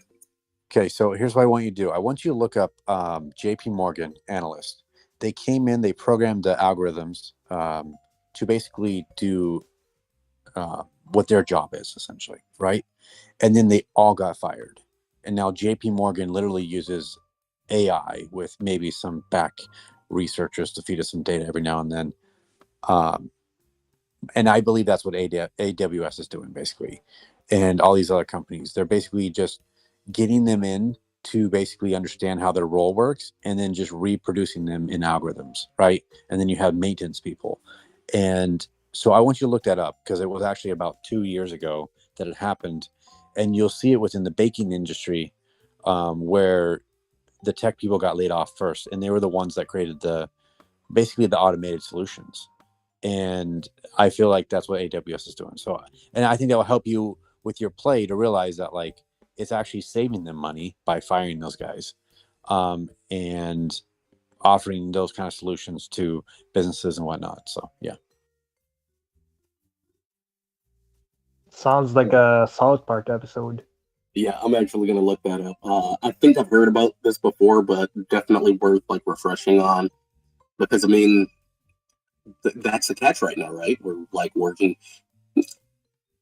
Are we working ourselves out of our jobs? Are we gonna get like who's getting replaced, and whether or not firing people is actually going to lower productivity or simply increase profit margins? Though, and that's a big question. I'm not old enough to know the answer to that, but I would say bring someone from the times that when the what do you call it, the revolution, the times where people like transitioned to new markets and like the old jobs like were no longer a thing, you know. Unfortunately, we can't bring the guy back from when he used to smell farts and tell the guy if he had cancer or not. That was an actual job of somebody. There was also a job of somebody who would like literally just hold a string up all day so that air conditioning could run through the tunnels. But all those people, they don't work anymore, right? They don't do those jobs, obviously. I think the guy that was smelling the farts passed out and died. So thankfully, we don't have those kind of jobs anymore. But jokes aside, that was really a job, and there's so many jobs from the 70s, 80s, 90s, and if anybody wants to come up, bring up some examples, that'd be great to put down on the journal. But at the end of the day, it doesn't solve the issue. That how are we going to replace people now? I don't know. We got to look at the future and figure out what's being invented and what are people willing to accept their job as. Like if I'm going to college and I graduate and I'm only 25, or if I'm 18, or if I'm a 16-year-old going, oh, I want to go to college, and then by the time I turn 18, how do I as a man or a woman decide like what I want to go into at that time? That's what you have to think about, because that's the future, right? I think that John Deere play is a good example. Yeah, sure. Farmers don't necessarily, they always want something a little bit easier, but how long until that technology that you've paid a shit ton for, like, you know what I mean, and you're paying it down over time, till that tractor possibly just goes off course and goes into a ditch and fucks up everything. I'm just saying, right? Because they drive themselves and they do all the work themselves, right? Yes, you're probably supposed to test it, but screw ups happen. Less so when you got somebody in the vehicle. Yeah, no, I agree, and I think we all agree to that. And I keep harping over and over, because CNBC and Bloomberg always have guys on there talking like, yeah, guess what? We're gonna, the future's now, and we're innovating, but like, how much of the market's really adopting that innovation? I think we're all good storytellers at the end of the day, but the reality is like how much of that actually is happening, and how much of the generations coming up going to actually adopt it and say, yeah, I want to take it. And I have no answer to that. I think no one does. But I don't see Amazon having a shitty fourth quarter. and I have no premises for that. It's maybe some optimism behind that, but I just don't see Amazon about all the retailers. I would see Walmart or Target hurting before Amazon, because Amazon can get rid of the shitty suppliers and bring on new suppliers just as fast, versus Walmart, who has a more of a last mile problem they have to solve. Yeah, actually, I should probably clarify and saying I'm actually not predicting that they're going to have a shitty fourth quarter. I'm just predicting that it's going to be lackluster news, and the market is going to respond very negatively to it, like we've seen happen over the last 3 quarters for many of these companies. It's really not about them doing poorly. It's about them not doing well enough to inspire people to confidence. Do you see what I'm saying? Like, I don't see their price going up post their Q4. I see it either going. I think their best case scenario right now for the Q4 earnings is actually that it goes sideways. It's a fair assessment. Yeah, I think they're always sorting through the junk that they have for people selling certain items, and that can be a real problem, right? Because of returns. I mean, I see it at the auctions all the time, so that's just my perspective. And there's bags and bags and bags of shit, right? So, yeah, that's true. Hey, Opinion, if you guys don't have anything else left to really to say, I don't want to keep this, hey, we need to talk. This is kind of notification to let you know that I will call you right now from Journalist View 2794. Journalist, just want to let you know, in case you're listening in here, I don't give a fuck. So, yeah, we will see you tomorrow. And please don't send me messages, and please don't send me friend requests, because I actually trade in the market like everyone else here, and I'm trying to make some money, and I don't want to waste my energy on Ryanair right now. But if you got some great plays, we invite you up here, hands down. So everyone throw the doji up for Journalists, because he's feeling lonely right now. And if you're feeling lonely, head over to the WSB Discord, join today, and you can play casinos, and you can play next to the visual mod. That's correct. And furthermore, you can talk to other like-minded people like us in the Discord. Once again, Journalists, I am not accepting your friend requests, and please don't call me. Thank you, everybody. You don't have to be lonely at farmersonly.com. There we go. Oh, what a beautiful way to end the call. All right. Well, with that, I think we'll wrap up, and we'll see you all tomorrow. Just a reminder. Oh, JPow speaks on Thursday. Never mind. Thought it was Wednesday. It's not. So we'll see you all tomorrow. thanks, Opinion. Cheers. Thanks for man. coming. All right. Thanks, everybody. Cheers.